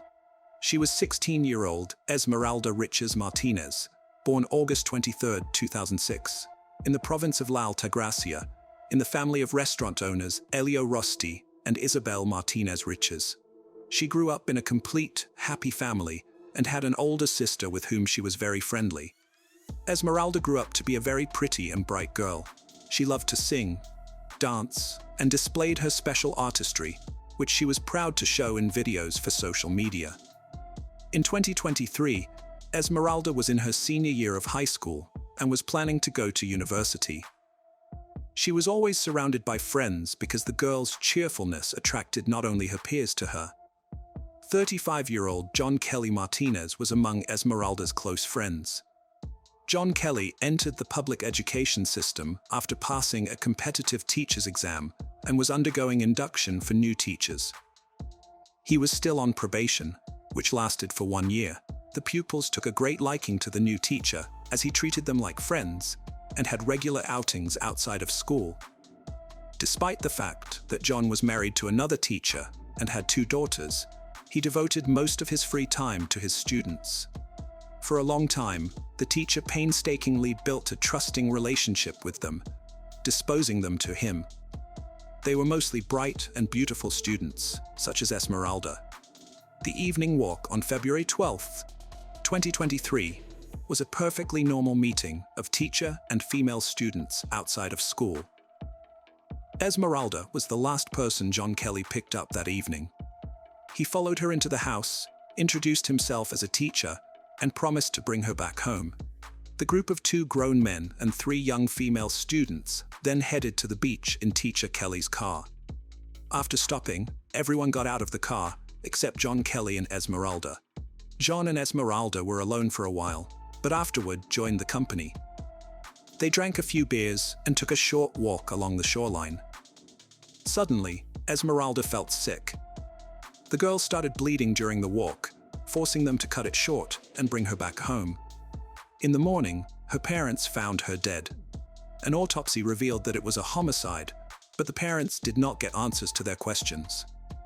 The National Institute of Forensic Medicine tentatively determined that Esmeralda Riches' death was due to a perineal laceration with severe internal bleeding and hemorrhagic shock following violent acts. As a result of the autopsy, the girl's death was classified as a violent death of undetermined cause. However, the question remained, who dared to do such a thing when Esmeralda was in familiar company on a walk supervised by a teacher? Interviews with the girlfriends and a review of the seized phones provided clarity and identified the first suspect. The testimony of one of the girls who had been out with the teacher and Esmeralda that evening was stunning. She said she saw the professor slip 5 pills into Esmeralda's drink while they were on the beach. The initial findings of the police sparked a lot of talk in the Dominican Republic, where abortion is banned. There was a lot of speculation in the community about the cause of Esmeralda's death. Some said she died of a heart attack, while others were sure she died from blood loss caused by the abortion pills John Kelly had allegedly given her. Everyone hoped that the medical examiner's report would put an end to the rumors and speculation. However, all the speculation dissipated when the results of the forensic examination were ready. Upon learning the results, which ruled out the possibility of pregnancy, Esmeralda's relatives were clearly puzzled and very skeptical. The victim's relatives stated that the family was unhappy that the report ruled out Esmeralda's pregnancy, because this theory best matched what investigators had found out based on the forensic examiner's tests and findings, as well as the evidence collected during the investigation. After all, a review of Esmeralda's friends revealed many text messages that, although indirectly, indicated the teacher's long-term interest in the student.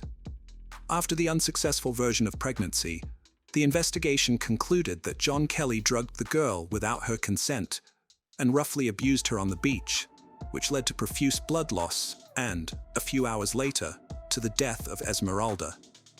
the results of repeated toxicology tests were pending. Given the progress of the investigation, the prosecutor's office requested a coercive measure against John Kelly Martinez and his alleged accomplice, Ruben Murillo Martinez, as they are the main suspects in the young woman's death. John Kelly Martinez was suspended as a teacher for 90 days without pay because of the evidence collected against him. The prosecutor's office requested a year of preventive detention against John Kelly as the prime suspect in Esmeralda's death. Preventive detention is the imprisonment of a person not as a punishment for a crime they have committed, but as a means of preventing the possible commission of criminal acts by that person for a period of time. New episodes and interviews with witnesses about the student's death, however, have created even more intrigue surrounding this horrific tragedy.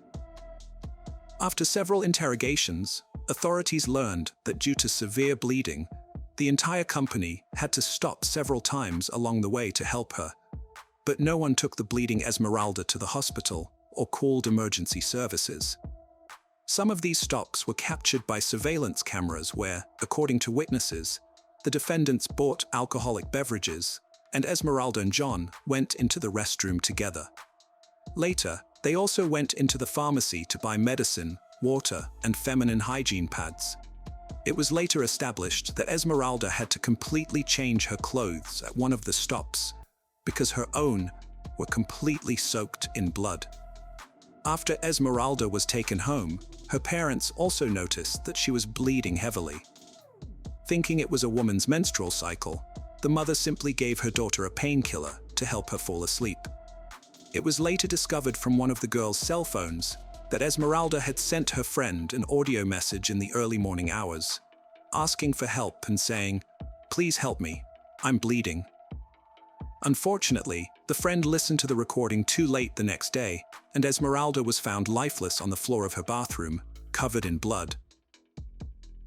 On February 14th, John Kelly Martinez was arrested by police, and his home was searched the following day. During the search, the clothes he was wearing on the night out with his female students were seized. His cousin, Ruben Murillo, who was the second man present that night, was also accused of trying to hide John's bloody pants. There were many ambiguities in the investigation into the event, and the prosecutor's office should have clarified the situation rather than making new speculations about an incident that alarmed the public. The public demanded a thorough investigation to determine the real cause of the young girl's death, as many felt that obvious facts on the surface had not been taken into account by the investigators. The investigation involved not only a search of the house where the teacher and his family lived, but also the car in which the crime against Esmeralda may have taken place, triggering the bleeding. The authorities urgently requested the car, but it was discovered that John Kelly's wife had sold it in a hurry. The investigation believed that the hasty sale of the car was an attempt to hide evidence that could prove violent acts.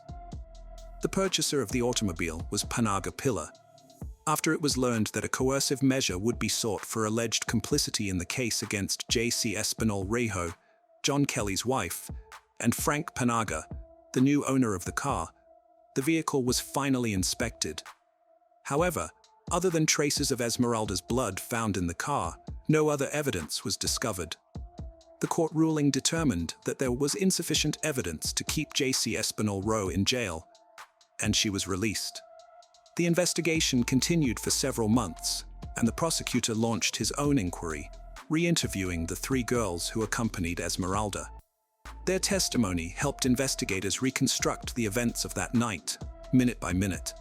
At 7:30 p.m., John Kelly Martinez, 35, and his cousin, Ruben Murillo Martinez, went to the home of Esmeralda Reaches in La Otra Banda Ige, with three other girls in the passenger compartment of the car. John excused Esmeralda from her mother, introducing himself as her teacher and telling her of the exciting evening that awaited her daughter and the other students. Esmeralda went along with him. It turned out that originally, the whole group was going to go to the fair with amusement rides, but on the way, John changed his mind and altered the destination. Most likely, John Kelly did not intend to go to the fair, but preferred a quiet Mau beach. On the way to the beach, John stopped the car at a store where he bought a beer. Returning to the car, he asked his brother to sit in the back seat while Esmeralda sat in the front. The man had a thermos with him, into which he poured the beer and added 5 unknown pills to the drink. He offered it to Esmeralda without informing her of the contents of the thermos, but one of the girlfriends noticed. Arriving at the beach, the 3 girls got out of the car, leaving Esmeralda and John Kelly alone. They were alone in the car for about 30 minutes, and their prolonged absence was noticed by Esmeralda's friends. After a moment, without explanation, John appeared and told everyone to get in the car as they were leaving urgently. They had to make several stops along the way because Esmeralda started bleeding heavily. One of the stops was at 9:45 when they stopped at a gas station parking lot. According to eyewitnesses and CCTV footage, Esmeralda used the cafeteria restroom. Esmeralda's classmate said she asked to stop at the gas station because she needed to visit the ladies' room. And when she went in there with her friends, they noticed her clothes were soaked with blood. There was a lot of blood in the restroom, so much so that the girls had to mop the floor. The girlfriends tried to help Esmeralda. They were very frightened and asked the woman working at the gas station if it was normal, and she said it was not normal and advised them to see a doctor immediately. The girls told John Kelly about it, but the man refused to go to the hospital, saying that if he did, he would go to jail. According to the inspection document, traces of Esmeralda Richards's blood were found both in the parking lot and in the service restroom. At the gas station, they also stopped at a pharmacy at 10:21 p.m., where they bought some medication, water, and sanitary pads. Authorities obtained surveillance footage and a receipt for the purchase to verify the fact. At 11 p.m., John Kelly returned Esmeralda to her home. She arrived with heavy bleeding that began minutes after she was left alone in the car with her teacher. On February 16th, an official report came back stating that Esmeralda had been very severely and brutally abused, resulting in severe blood loss and hypovolemic shock. As scary as it sounds, this condition could have been stabilized, and medics know how to effectively help a person. But unfortunately, Esmeralda never made it into the life-saving hands of doctors that night. Toxicology testing confirmed the presence in Esmeralda's body of the active ingredient in the pills used to terminate a pregnancy, but it was previously confirmed that Esmeralda was never pregnant. This component is a synthetic gestagen with contraceptive effect when taken orally in the recommended dosing regimen. This component suppresses ovulation and fertilization, which most likely indicates that the teacher, John Kelly, was preparing for intimacy with the student he liked. After repeated medical examinations, Esmeralda's body was finally allowed to be buried. The young girl was buried in the Albano Public Cemetery. As Esmeralda's family and friends said goodbye to her, they described her as a kind and cheerful girl. Her parents bitterly recalled that fateful evening and blamed themselves for entrusting their daughter to a teacher and letting her go for an evening walk with him. On June 4, 2023, after reconstructing the last hours of Esmeralda Richards's life, prosecutors filed charges against math and physical education teacher John Kelly Martinez. On June 12, the La Altagracia prosecutor's office filed an indictment and a request to open a trial against Martinez and his cousin, Rubiel Milo Martinez, with the La Altagracia Instructional Court. The case was scheduled to be heard on August 23, 2023. However, due to the passage of Storm Franklin, the case against the teacher was rescheduled. On November 24, 2023, the judge ordered that John be retried as the sole defendant in the death of Esmeralda Richards. The trial was scheduled to begin on January 9, 2024, but was again rescheduled because only half of the witnesses called were present. The trial is scheduled for February 1st and 6th, 2024, before the Collegiate Court of the Penitentiary Chamber of First Instance of La Altagracia. The defense attorney urged the court to note that his client can only be charged with violence and accuses the parents of not taking action to avoid the death of their daughter despite knowing about her problem. The prosecution, for its part, presented more than 40 pieces of evidence, including witness testimony and examination reports. During the hearing, the prosecution also heard testimony from pathologists and forensic experts, who showed the audience all the audio and video materials that had been collected during the painstaking and long work to determine the cause of the girl's death. In his closing statement, the defendant tried to make himself look like a victim. John Kelly Martinez admitted that he and Esmeralda were indeed close that night in the car, but he sincerely tried to assure the court and everyone present that everything was consensual. The important fact, he said, was that when he brought Esmeralda home, she was alive and well. The motion to compel specifies that Martinez voluntarily inflicted the victim with lacerations, abrasions, and contusions that resulted in her death, with severe acute external and internal bleeding and hemorrhagic shock as the terminal mechanism of death, according to the autopsy report. John Kelly Martinez's speech made no impression on the court or those in the audience. On March 14, 2024, Professor John Kelly Martinez, 36, was sentenced to 20 years in prison for violence. John Kelly Martinez will serve his prison term at the Ana Muya Correctional and Rehabilitation Center in He. Rubiel Mauro Martinez, cousin of the defendant charged with accessory after the fact, received a conditional enforcement measure consisting of periodic court appearances. Following the enforcement measure against the professor and his cousin, Rich's family attorney, Raimundo Rosario, said the family was satisfied with the restraining measure and would not file a motion to reopen the investigation. The verdict for Hon eased the pain of Esmeralda's parents a bit. They thanked everyone involved in the investigation and trial. They also indicated that they were satisfied with the verdict. Esmeralda's family did not experience the joy of the teacher's verdict because the acute pain of losing their daughter was forever lodged in their souls. Esmeralda's mother, Isabel Martinez, said she regretted letting her daughter walk with this blessed teacher and 3 friends. I talked to him on the phone and asked, "Are you a teacher?" And he said, "Yes, I am." And I told him, "Take care of my daughter. I'm going to let her out because she's with you." I was innocent that my daughter was with this man, the mother said. The Ministry of Education provided support to the family and relatives of the deceased girl, as well as to the relatives of the other girls who were with Esmeralda on the day of the tragedy. In their message, they expressed their hope that cases of this nature will not be repeated in the education community and in society at large. With the pain of parents who can never come to terms with their daughter's death, they said it is their turn to fight for justice.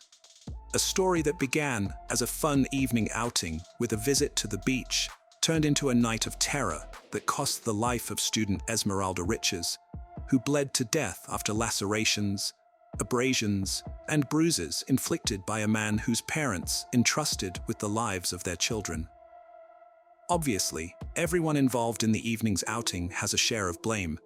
Unfortunately, because of her parents' excessive strictness, Esmeralda was afraid to ask them for help and tell them what had happened. Sometimes we think that it is easier to conceal for fear of punishment or just to remain misunderstood. But what a pity that in this battle, fear wins, taking precious life. A wealthy businesswoman, tired of solitude and possessing a significant fortune, met a charming anesthesiologist.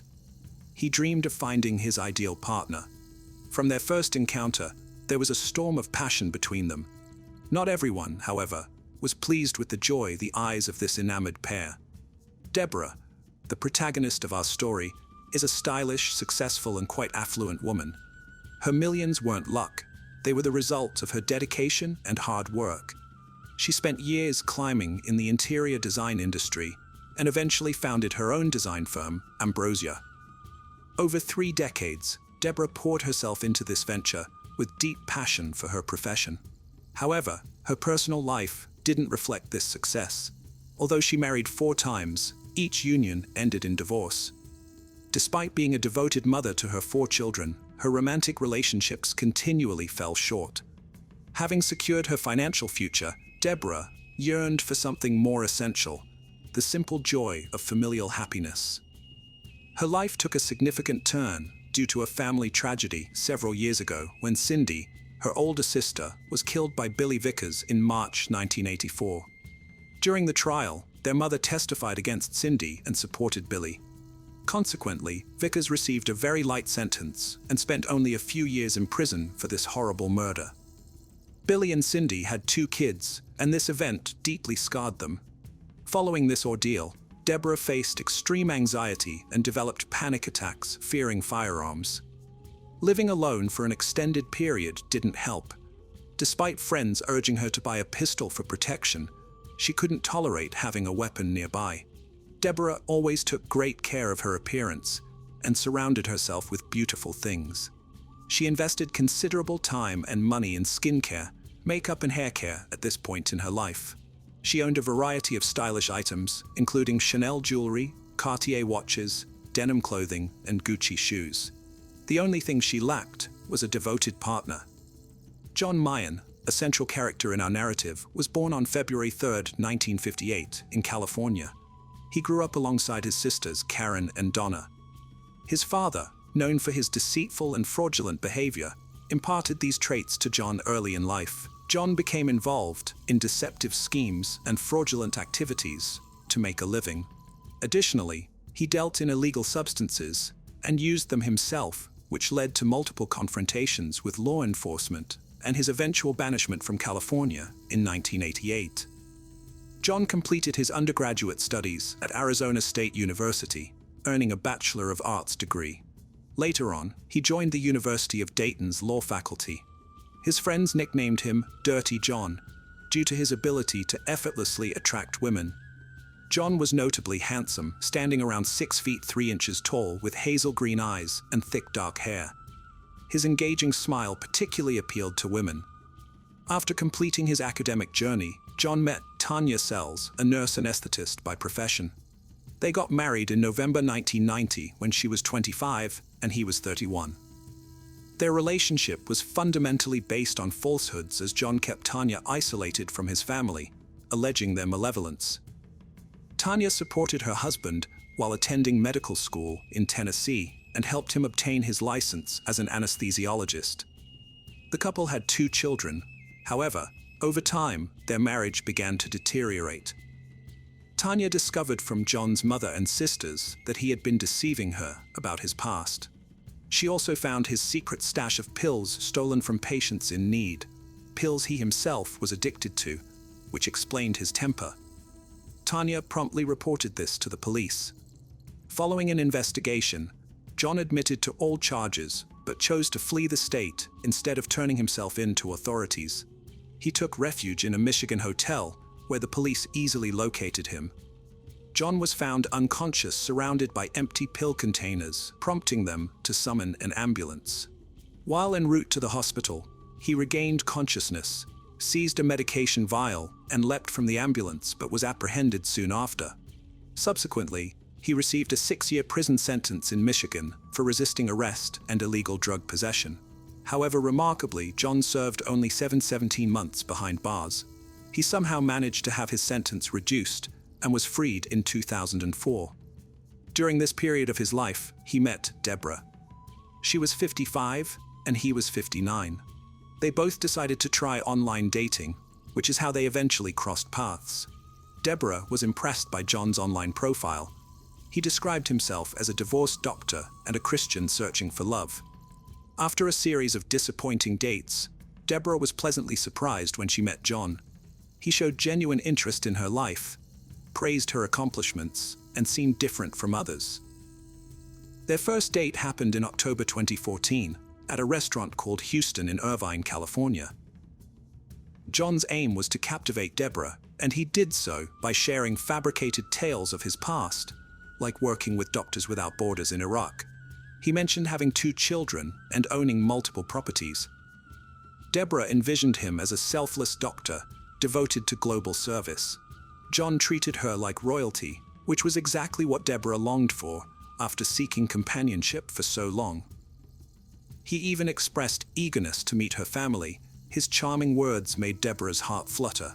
After leaving the restaurant, they ended up at her penthouse. However, John overstepped boundaries that night. After a few kisses, he tried to escalate things further. Deborah felt uncomfortable with the pressure and asked him to leave. The next morning, John sought to amend his mistake. He called Deborah to apologize, explaining that he had consumed too much alcohol and couldn't contain his emotions. This admission once again raised John's standing in Deborah's eyes, leading them to continue their dates. As their relationship progressed, Deborah and John spent more time together. On their third date, John declared his love and proposed. Deborah was so delighted by their companionship that she overlooked several peculiarities about him. For instance, John consistently wore well-worn medical scrubs, even at stylish events organized by Deborah, and claimed he had no time to change into more appropriate attire. Deborah was unfazed and proudly introduced him as her doctor to friends, posing with him for photos. Their bond deepened, and soon they decided to move in together. Deborah's daughter Jacine, who lived with her in the penthouse, was forthright and critical of her mother's partners. She disapproved of John's unkempt appearance, finding it strange that her mother, usually dressed in Gucci, was involved with someone in dirty robes. Jacqueline also noticed John's peculiar interest in the penthouse's art, statues and paintings, as if he were evaluating their worth. After just 5 weeks of knowing each other, John convinced Deborah they should live separately. They rented a house for $6,500 a month on Balboa Island's waterfront in Newport.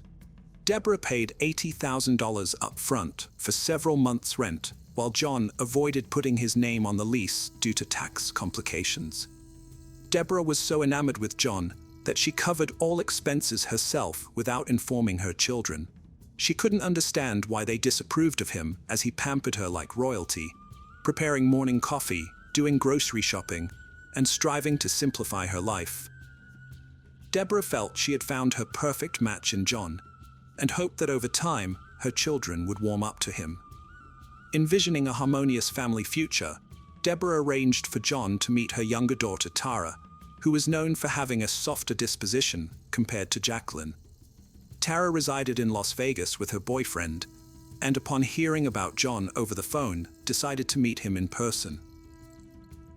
Tara's visit coincided with Deborah and John's move into their new residence. From their first encounter, Tara felt uneasy about John.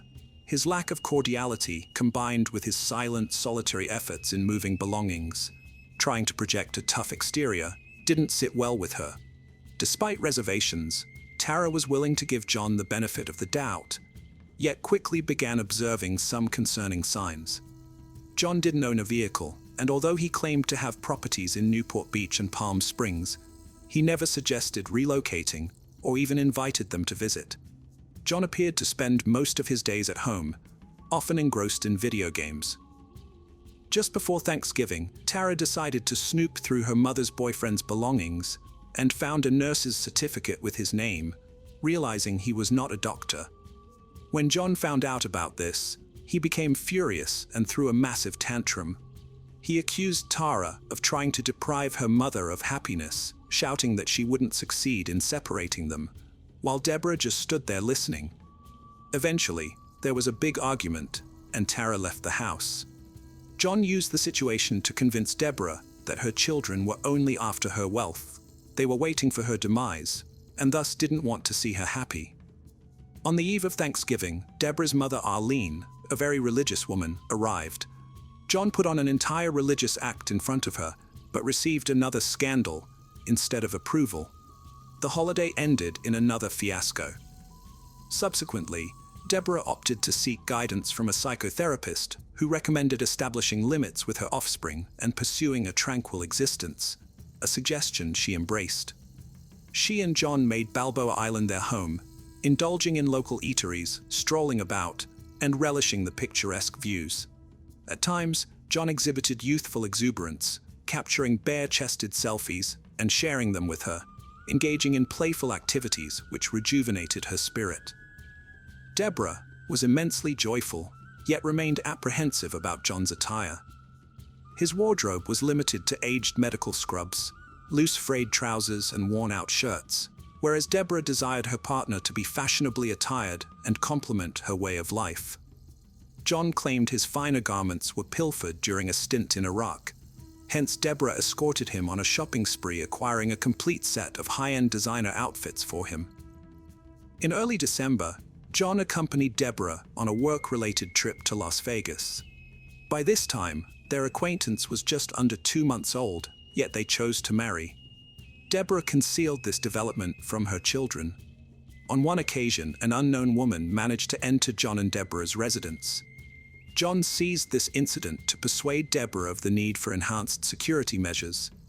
Subsequently, he set up multiple surveillance cameras within their home, which he operated via his smartphone. He extended this surveillance to his wife's office, aiming to monitor her activities. John's objective was to exert total control over their environment. Gradually, Deborah began to inquire about his family background and previous life. For each query, John had an immediate justification or excuse. Despite noticeable inconsistencies, Deborah chose to ignore them, convinced she had met her ideal partner. However, her children remained skeptical. Jacqueline took the initiative to investigate John's activities. Since he didn't own a vehicle, he utilized Deborah's Tesla. Jacqueline installed tracking devices on the car to monitor his whereabouts, but this surveillance didn't reveal anything significant. Then she and Tara engaged a private investigator. The detectives soon returned with findings. They uncovered that John had declared bankruptcy, possessed a nursing license but not one for practicing medicine, and had resided in Arizona, Ohio, Indiana, Tennessee, and California. One address associated with John was the Orange County Jail. When the daughters shared these discoveries with their mother, Deborah asserted that even if these facts were accurate, her affection for him would remain unchanged. In late March, a letter intended for John was received by Deborah. The sender was a former prison inmate, but she couldn't read it, as John quickly grabbed the letter from her. Initially, he accused her of mistrust with a burst of anger, then claimed it was from a pen pal whom he was supporting emotionally. Deborah felt uneasy about this explanation. The following day, with her husband away on work, she decided to sift through his belongings. This search unveiled startling truths about the man she had wed. She discovered that John was an ex-nurse anesthetist who had succumbed to an addiction to pain medication, leading to his arrest and the collapse of his professional life. Additionally, Deborah uncovered evidence of his history as a swindler. Court records revealed that John had previously cheated and stolen from numerous women. He stumbled upon some court files online. They included a search warrant for his storage unit. Inside the unit, authorities found a .38 caliber handgun, bullets, a GPS tracker, syringes, and other suspicious items. That was the moment Deborah realized John's true identity. He was a dangerous individual and an armed felon. He had several restraining orders against him from different women. Most alarmingly, she discovered he had been released from prison on October 8th and met her just days later. Feeling overwhelmed by these revelations, Deborah examined the documents meticulously.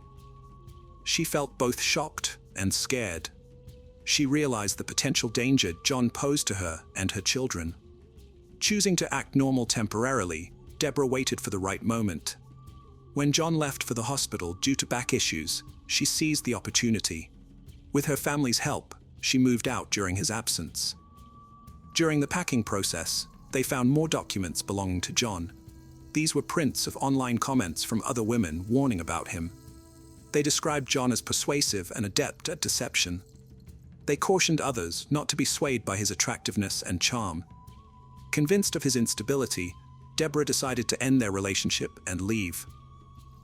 Despite her decision, John kept messaging her, pleading for her to visit him in the hospital. Overcome with guilt, Deborah relented. By June 2015, John had successfully persuaded Deborah to reconcile with him. He offered many justifications for the oddities found among his possessions. He admitted he had hidden his past because he believed a woman like her wouldn't have noticed him otherwise. For this reason, he pretended to be a doctor to impress her, and now implored her help in rehabilitating and salvaging his life. Still enamored with him, Deborah granted him another chance. They relocated together to a new apartment in Irvine.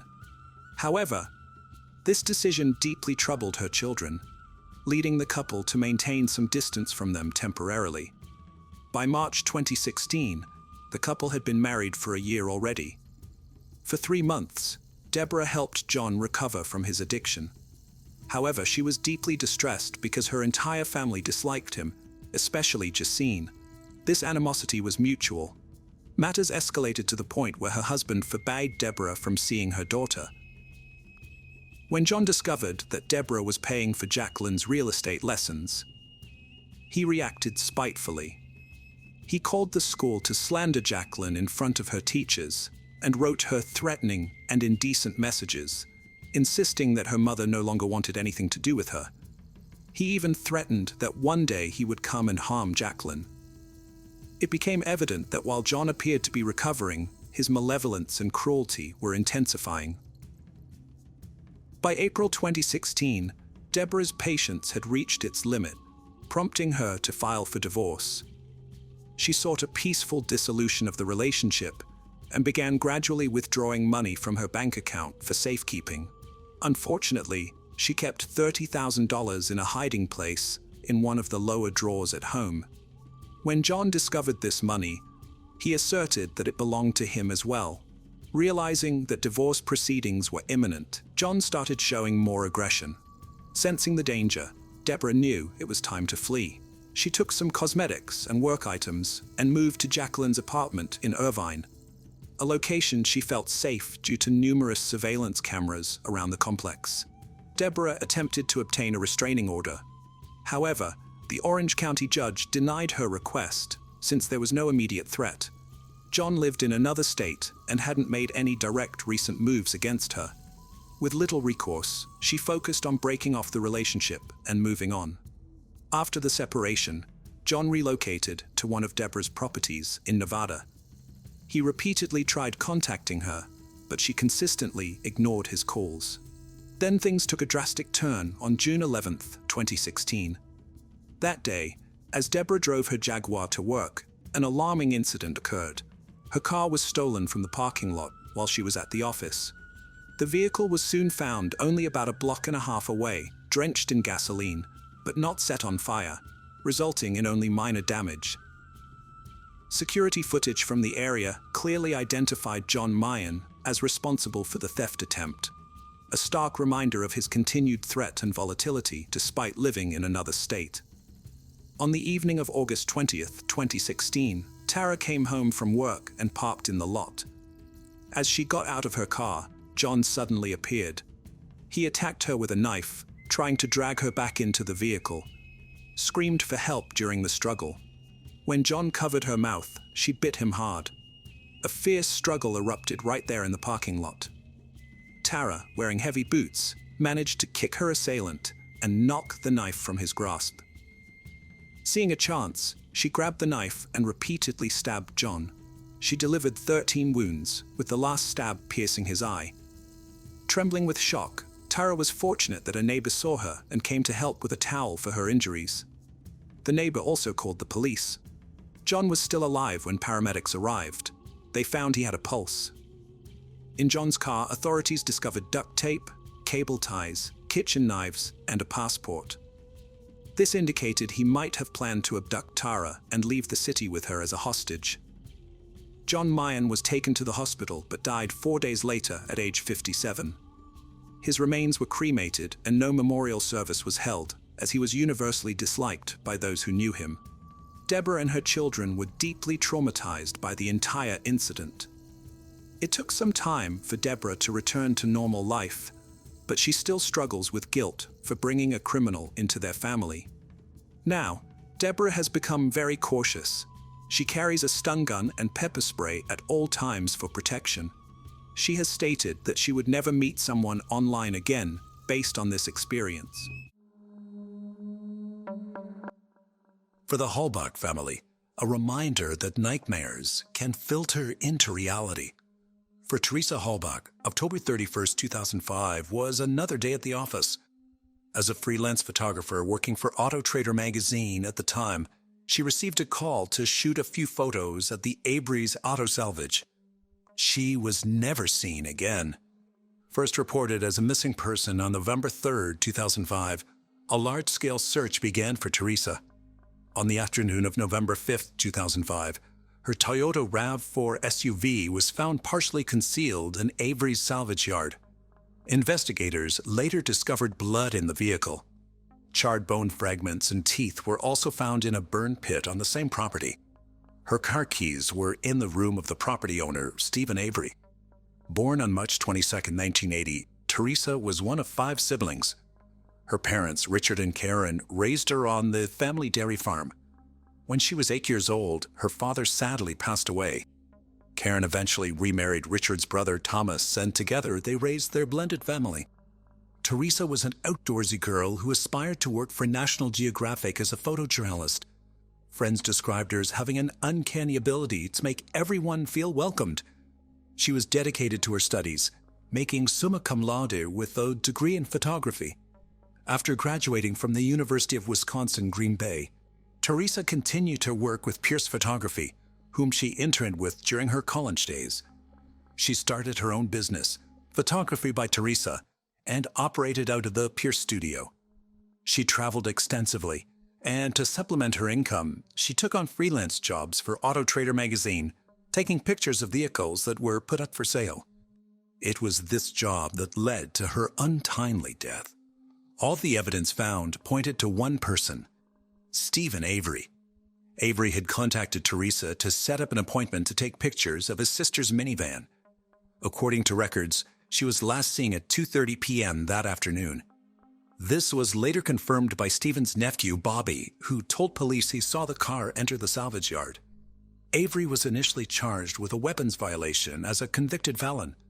On November 11, 2005, he was formally charged with the murder of Teresa, kidnapping, sexual assault, and mutilation of a corpse. The blood found in the SUV proved a positive match for Avery's. A set of car keys belonging to Teresa found in Avery's room. All the while, Avery maintained his innocence, alleging the police were trying to frame him. He was in the middle of a civil lawsuit with Manitowoc County for $36 million. Stephen Avery, born July 9, 1962, is a Manitowoc County native, raised in Wisconsin alongside his 2 brothers, Charles and Earl, and sister Barbara by parents Dolores and Alan. He dropped out of high school with reports suggesting he had an IQ of 70. Stephen was no stranger to the law. In 1981, he served 10 months in jail following the burglary of a bar. A year later, he pleaded guilty to animal cruelty after pouring gasoline on his pet cat and tossing it into a bonfire. For this, he served another 9 months. In 1985, he threatened his cousin Sharon Morris by forcing her off the road and thereafter pointing a gun at her. He later alleged that he wanted her to stop spreading rumors.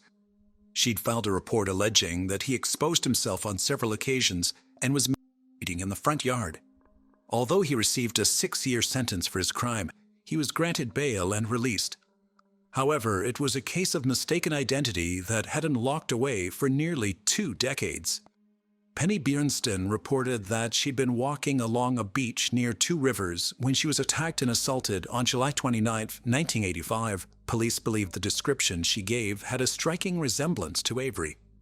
She went on to choose his photo during an interview with police and later picked him out during a suspect lineup. He was arrested and charged with the attack on Bjornston. A state-appointed forensic official claimed that a hair found on Avery's shirt was consistent with the victim's. This evidence led to his conviction in December 1985. All this despite a staggering 16 witness testimonies and a time-stamped receipt to prove his whereabouts at the time of the assault. Stephen was convicted of rape and attempted murder and sentenced to 32 years in prison. Avery maintained his innocence and appealed in both 1987 and 1996. Both appeals were denied by the higher court. In 2001, though, Stephen made contact with the Wisconsin Innocence Project. The organization took on the case, and in 2002, Stephen was exonerated after DNA evidence proved he was innocent. It was later learned that another man, Gregory Allen, committed the crime and did, in fact, confess to it in 1995. Deputies allege that Sheriff Deputy Thomas Kokorek received a call and said, "We already have the right guy. Don't concern yourself with it." Alan and Steve bore a striking resemblance. Alan also committed a similar crime in the same area that Bjornsten was attacked and was under police surveillance, but he was not considered a suspect. Alan was not even called up as a suspect in the lineup. After 18 years, Stephen walked out a free man on September 11, 2003.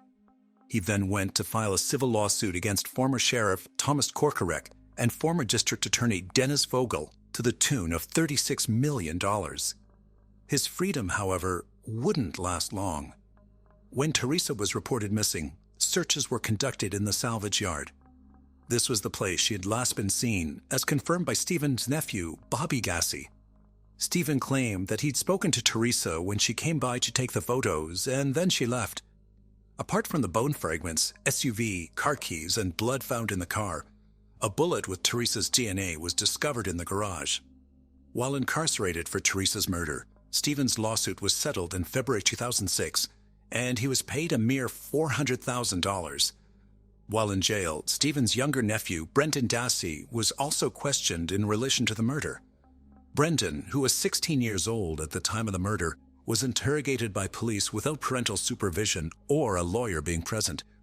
Brendan confessed to investigators that he and Stephen first assaulted Teresa before murdering her. They then burned her body to destroy evidence. "I go down to put apple say, Tadeo, Polly, where? Alith, so." He was charged in March 2006 as an accessory to the murder. He later recanted his statement, claiming that he'd been coerced by detectives. Brendan was charged with the same crimes as Stephen, although there was no physical evidence linking him to the crime scene. Stephen was convicted in March 2007 and sentenced to life in prison without the possibility of parole. Later that same year, Brendan too was found guilty and given a life sentence with the possibility of parole in 2048. But there was not to be a cut-and-dry solution to the murder. The conviction sparked controversy. It was a sensational case. Stephen was the first of the Innocent Project's 174 exonerated convicts to be charged with a violent crime after being released. This caught the interest of aspiring filmmakers Laura Ricciardi and Moira Demos. Making a Murderer premiered on Netflix in 2015 and created a media maelstrom. The documentary, which took 10 years to research and produce, profiled the case of Steven Avery. The series chronicles the case timeline, beginning with Stephen's wrongful conviction in 1985 and subsequent exoneration, civil lawsuit against the Manitowoc County, and the arrest of Stephen and Brendan in regard to the murder of Teresa Halbach. It received both praise and criticism from critics and those directly involved with Teresa's case. The story caused on an international level has driven to division in public opinion. A petition to have Stephen and Brendan pardoned was drawn up and sent to the White House. It garnered over 128,000 signatures, but still failed to make any impact. The White House stated, as the convictions were made in a state court, the president had no authority to pardon either defendant. There are those who firmly support the innocence of Stephen and Brendan. These include his immediate family, who have supported him and also pray for the real killer of Teresa to be found. Sandy Greenman, Stephen's ex-fiancée, is one such person. Greenman has been his avid supporter, going as far as to start a Facebook page to garner support and give exposure to the case. She described him as a model inmate. Greenman stated that people take a perverse pleasure in tainting Stephen's name. People like to say Steven Avery has been violent all his life, which is not true, she said. Most notably, though, was the support offered by Kim Kardashian. The socialite has been using her influence to advocate for a fair justice system. Having come across the case on a social media site, her interest was piqued. Although she has made appeals to the governor, even her level of influence has no sway. However, she hasn't given up and hopes to seek justice for both Stephen and Brendan. The other half feels Stephen is where he belongs. On that side of the coin is Jody Stokowski, another ex-fiancée. Jody initially pledged her support in Stephen's innocence during the documentary. Afterwards, she alleged that she had lied and it was all an act. Jody went on to explain to Nancy Grace in an interview that he threatened to kill her and her family. The first thing I want to ask you is, do you believe Stephen Avery killed Teresa Houtlott? Yes, I do. Why? Because he threatened to kill me and my family and a friend of mine. He alleged that he wanted revenge on all women after his life was wrongfully stolen from him. Stephen is the one person I can't trust. He's a monster, she said. The show also ignited a debate regarding the perspective covered by the documentary. For the supporters of Stephen and Brandon, they feel the points most significant to the trial were highlighted. Dean Strang, one of Stephen's attorneys, agreed that the documentary covered enough to give the public a chance to judge for themselves. He disagreed that the series was subjective. As for the relatives of Teresa, they say the show saddened them. The Hallbacks stated the show sought to entertain and seek profit from their loss. Teresa's aunt, Kay Giordana, and cousin-in-law, Jeremy Fournier, both stated that the show was one-sided. Former Calumet County District Attorney Ken Krantz alleges he was not given a chance to tell his side of the story. The filmmakers denied this and claim that he refused to give an interview. In an interview with People magazine, Krantz alleges the documentary has left out key pieces of evidence. These include Stephen using a fake name when calling Teresa, DNA belonging to Stephen was found on the SUV's hood latch, and a ballistics report showed that the bullet found in the garage was fired from a rifle owned by Stephen. Krantz further alleges that prior to her murder, Teresa had once before made a trip to the Avery residence.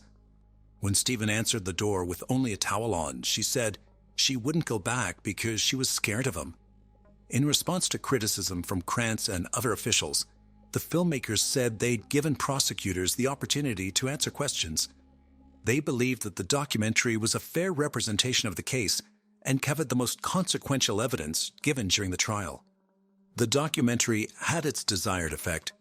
It poked holes into the narrative of Stephen and Brendan's case by exposing allegations of police and prosecutorial misconduct, evidence tampering, and witness coercion. At the outset, Stephen called out the police for trying to frame him. This to avoid the county paying out the $36 million lawsuit he filed. Stephen believed his lawsuit would be undermined if he was convicted of another violent crime. To avoid a conflict of interest, Manitowoc County gave neighboring Calumet County authority over the handling of the case. Part of the deal, however, was that Calumet could use resources which included personnel from Manitowoc. The key in Stephen's room was found by a Manitowoc sheriff's deputy after several searches of the property. Another allegation made was regarding the blood evidence found in the car. Stephen and his defense team believe it was blood used from his prior conviction. Given credence to this scenario were the claims made by the defense. According to the Avery defense team, the vial containing Stephen's blood had been tampered with and a puncture hole was visible on the stopper. The prosecution, however, combated this claim by testing the blood for a preservative not found in fresh human blood and found none. Avery's defense team brought in an expert witness who stated it was not possible to tell if the negative result meant there was none of the preservative present or the technology to test itself was inconclusive. The documentary shone a spotlight on the manner of interrogation with regard to Brendan Dassey. Dassey was just 16 years old during the interrogation. Firstly, he was interviewed without the supervision of a lawyer or parent. It's understood that both he and his mother consented to the interrogation. But what piqued the interest of many was that Brendan had an IQ of 73, classifying him as intellectually challenged. Many have argued that his intellectual disability left him open to suggestion, particularly when it was shown that the Reed technique of interrogation was used. The Reed technique has been criticized for producing high rates of false confessions, especially from juveniles and the mentally impaired. The technique is used to make the suspect comfortable and eventually confess to crimes through familiarity with the interrogators. The interrogator then proceeds to tell the suspect that the evidence shows that the suspect did commit the crime. Dassey allegedly agrees with the interrogators during the interviews, but later recanted his confession. He accused his first defense team of collaborating with the prosecution to get him to confess. Yes, Mom. Yeah, it's your role. Yeah. He's also claimed that coercion was used to elicit a confession from them. Both Stephen and Brendan have appealed their convictions, but have been denied innumerable times and remain in prison. The defense teams of both men have exhausted their efforts in trying to get retrials on both men's charges. Following the Making a Murderer documentary and the public outcry regarding Stephen and Brendan's innocence, significant new developments have occurred in both their legal teams. Professors Loring Nyrider and Stephen Dreisen of the Northwestern University Center on Wrongful Convictions of Youth are representing Brendan. They too began with numerous appeals and have come up against many hurdles, but have refused to give up just yet. Meanwhile, Stephen's appointment of Kathleen Zellner has shaken up the case and given further hits to the prosecution's claims. His previous lawyers, Deem Strang and Jerry Buting, have taken their newfound fame and gone on tour to promote and bring attention to the case of Stephen Avery. Zellner, considered a trailblazing trial lawyer, has been responsible for overturning 19 wrongful convictions. Her dogged determination and careful analysis of cases has seen her uncover missing evidence that helped exonerate her clients. Most recently notable, she was a consultant for Johnny Depp and his defense team during his trial. Zellner hit the ground running once she was appointed to Stephen's defense team and firmly believes her client is innocent. One of the first things she put to rest was the alleged confession of Joseph Evans Jr. Evans alleged he was responsible for killing Teresa and trying to frame Stephen. Zellner stated that it was a not-so-subtle attempt at publicity. Previously, Evans played snitch and allegedly wrote a 9-page letter to media outlets claiming he heard Stephen confess to the murder.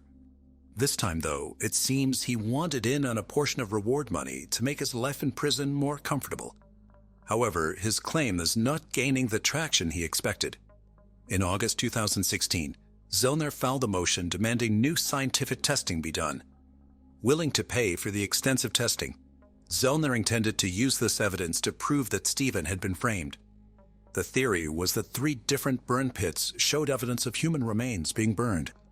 A particularly significant find was that of a human pelvic bone fragment, a bone that was given to the Hallbachs as part of Teresa's remains. This action, claims Zellner, was proof that Teresa's remains were planted in Stephen's burn pit. The defense, however, didn't get the opportunity to test these bones as they were not disclosed to them. This was a Brady violation according to Zellner, meaning that evidence which could have helped exonerate Stephen was not disclosed in the proper manner with regards to the criminal case. Crucial evidence was just out of their reach. Zellner remained relentless in her pursuit for justice. She approached the case with a new angle, one that could potentially point to a new suspect in the case. Being unable to test the bone fragments, Zellner opted for forensic testing of the Dassey family computer. What she found on it was damning. Pornographic images of women in various stages of torture, violent images and videos depicting women as victims. All these images were allegedly accessed at times when Bobby Dassey was at home. Furthermore, Zellner pointed out that Barbara, Bobby, and Brendan's mother, along with Stephen's sister and her husband Stott Tadich, were trying to get rid of evidence that could implicate Bobby. The forensic team were able to download 2,449 pages of data from the computer to a CD-ROM to present as part of the motion for a retrial. On it were all the searches, videos, and photos accessed by Bobby. Bobby is the older brother of Brendan and the nephew of Stephen. He was also the key eyewitness for the prosecution at Stephen's trial. He alleged that he last saw Teresa going to his uncle's house, and when he returned from hunting that afternoon, did not see her or the car again. Added to these claims are the allegations of his half-brother, Brad Dassey. Brad is alleged to have said he believes his uncle is innocent. He also made claims that his stepmother, Barb, and Stephen's brother-in-law, Scott, wiped the computer, deleting all pornographic material. Allegedly, Barb has filed a harassment suit against Brad following a conversation they had about tracing deleted files from a computer, which some believe is, in part, to ensure Brad remains silent about his knowledge. For Bobby, though, the final nail in this coffin could be the evidence that exonerates Stephen, and, in turn, Brendan. An eyewitness has come forward claiming to have seen Bobby, being assisted by a much older man, pushing Teresa's SUV back into the salvage yard. Thomas Sawinski stated in a sworn affidavit that he drove by Bobby and the other man while en route to deliver newspapers. When he passed the duo a second time, Bobby allegedly stepped out in front of his car to stop him. Thomas swerved to avoid him and continued on his morning route. He said that Bobby's eyes showed he was not pleased to see him there. Following the discovery of the SUV, Thomas realized the significance of the find and contacted police. He told them everything he'd seen that morning, and their response was, "We already know who did it." He provided his details, but he never heard back from them. For Zellner, this provides a contradiction to the prosecution's key witness. If proven true, which she's confident about, Bobby's testimony would be false. Zellner believes the rejection of all the crucial evidence in favor of Stephen denied him a fair chance to prove his innocence years ago. The newly filed motion is still with the appeals court and is awaiting an opinion or decision to be read over in November 2022. Stephen Avery continues to maintain his innocence. Kathleen Zellner, in her own words, says she represents the wrongfully convicted and added, "If you lie to her, she will find you out." Could Stephen be the scapegoat to a bigger conspiracy? Is this all a conspiracy to discredit Stephen's claim of improper police procedure? Or was there a monster truly hiding within Stephen all these years? Please let us know your thoughts in the comments section below.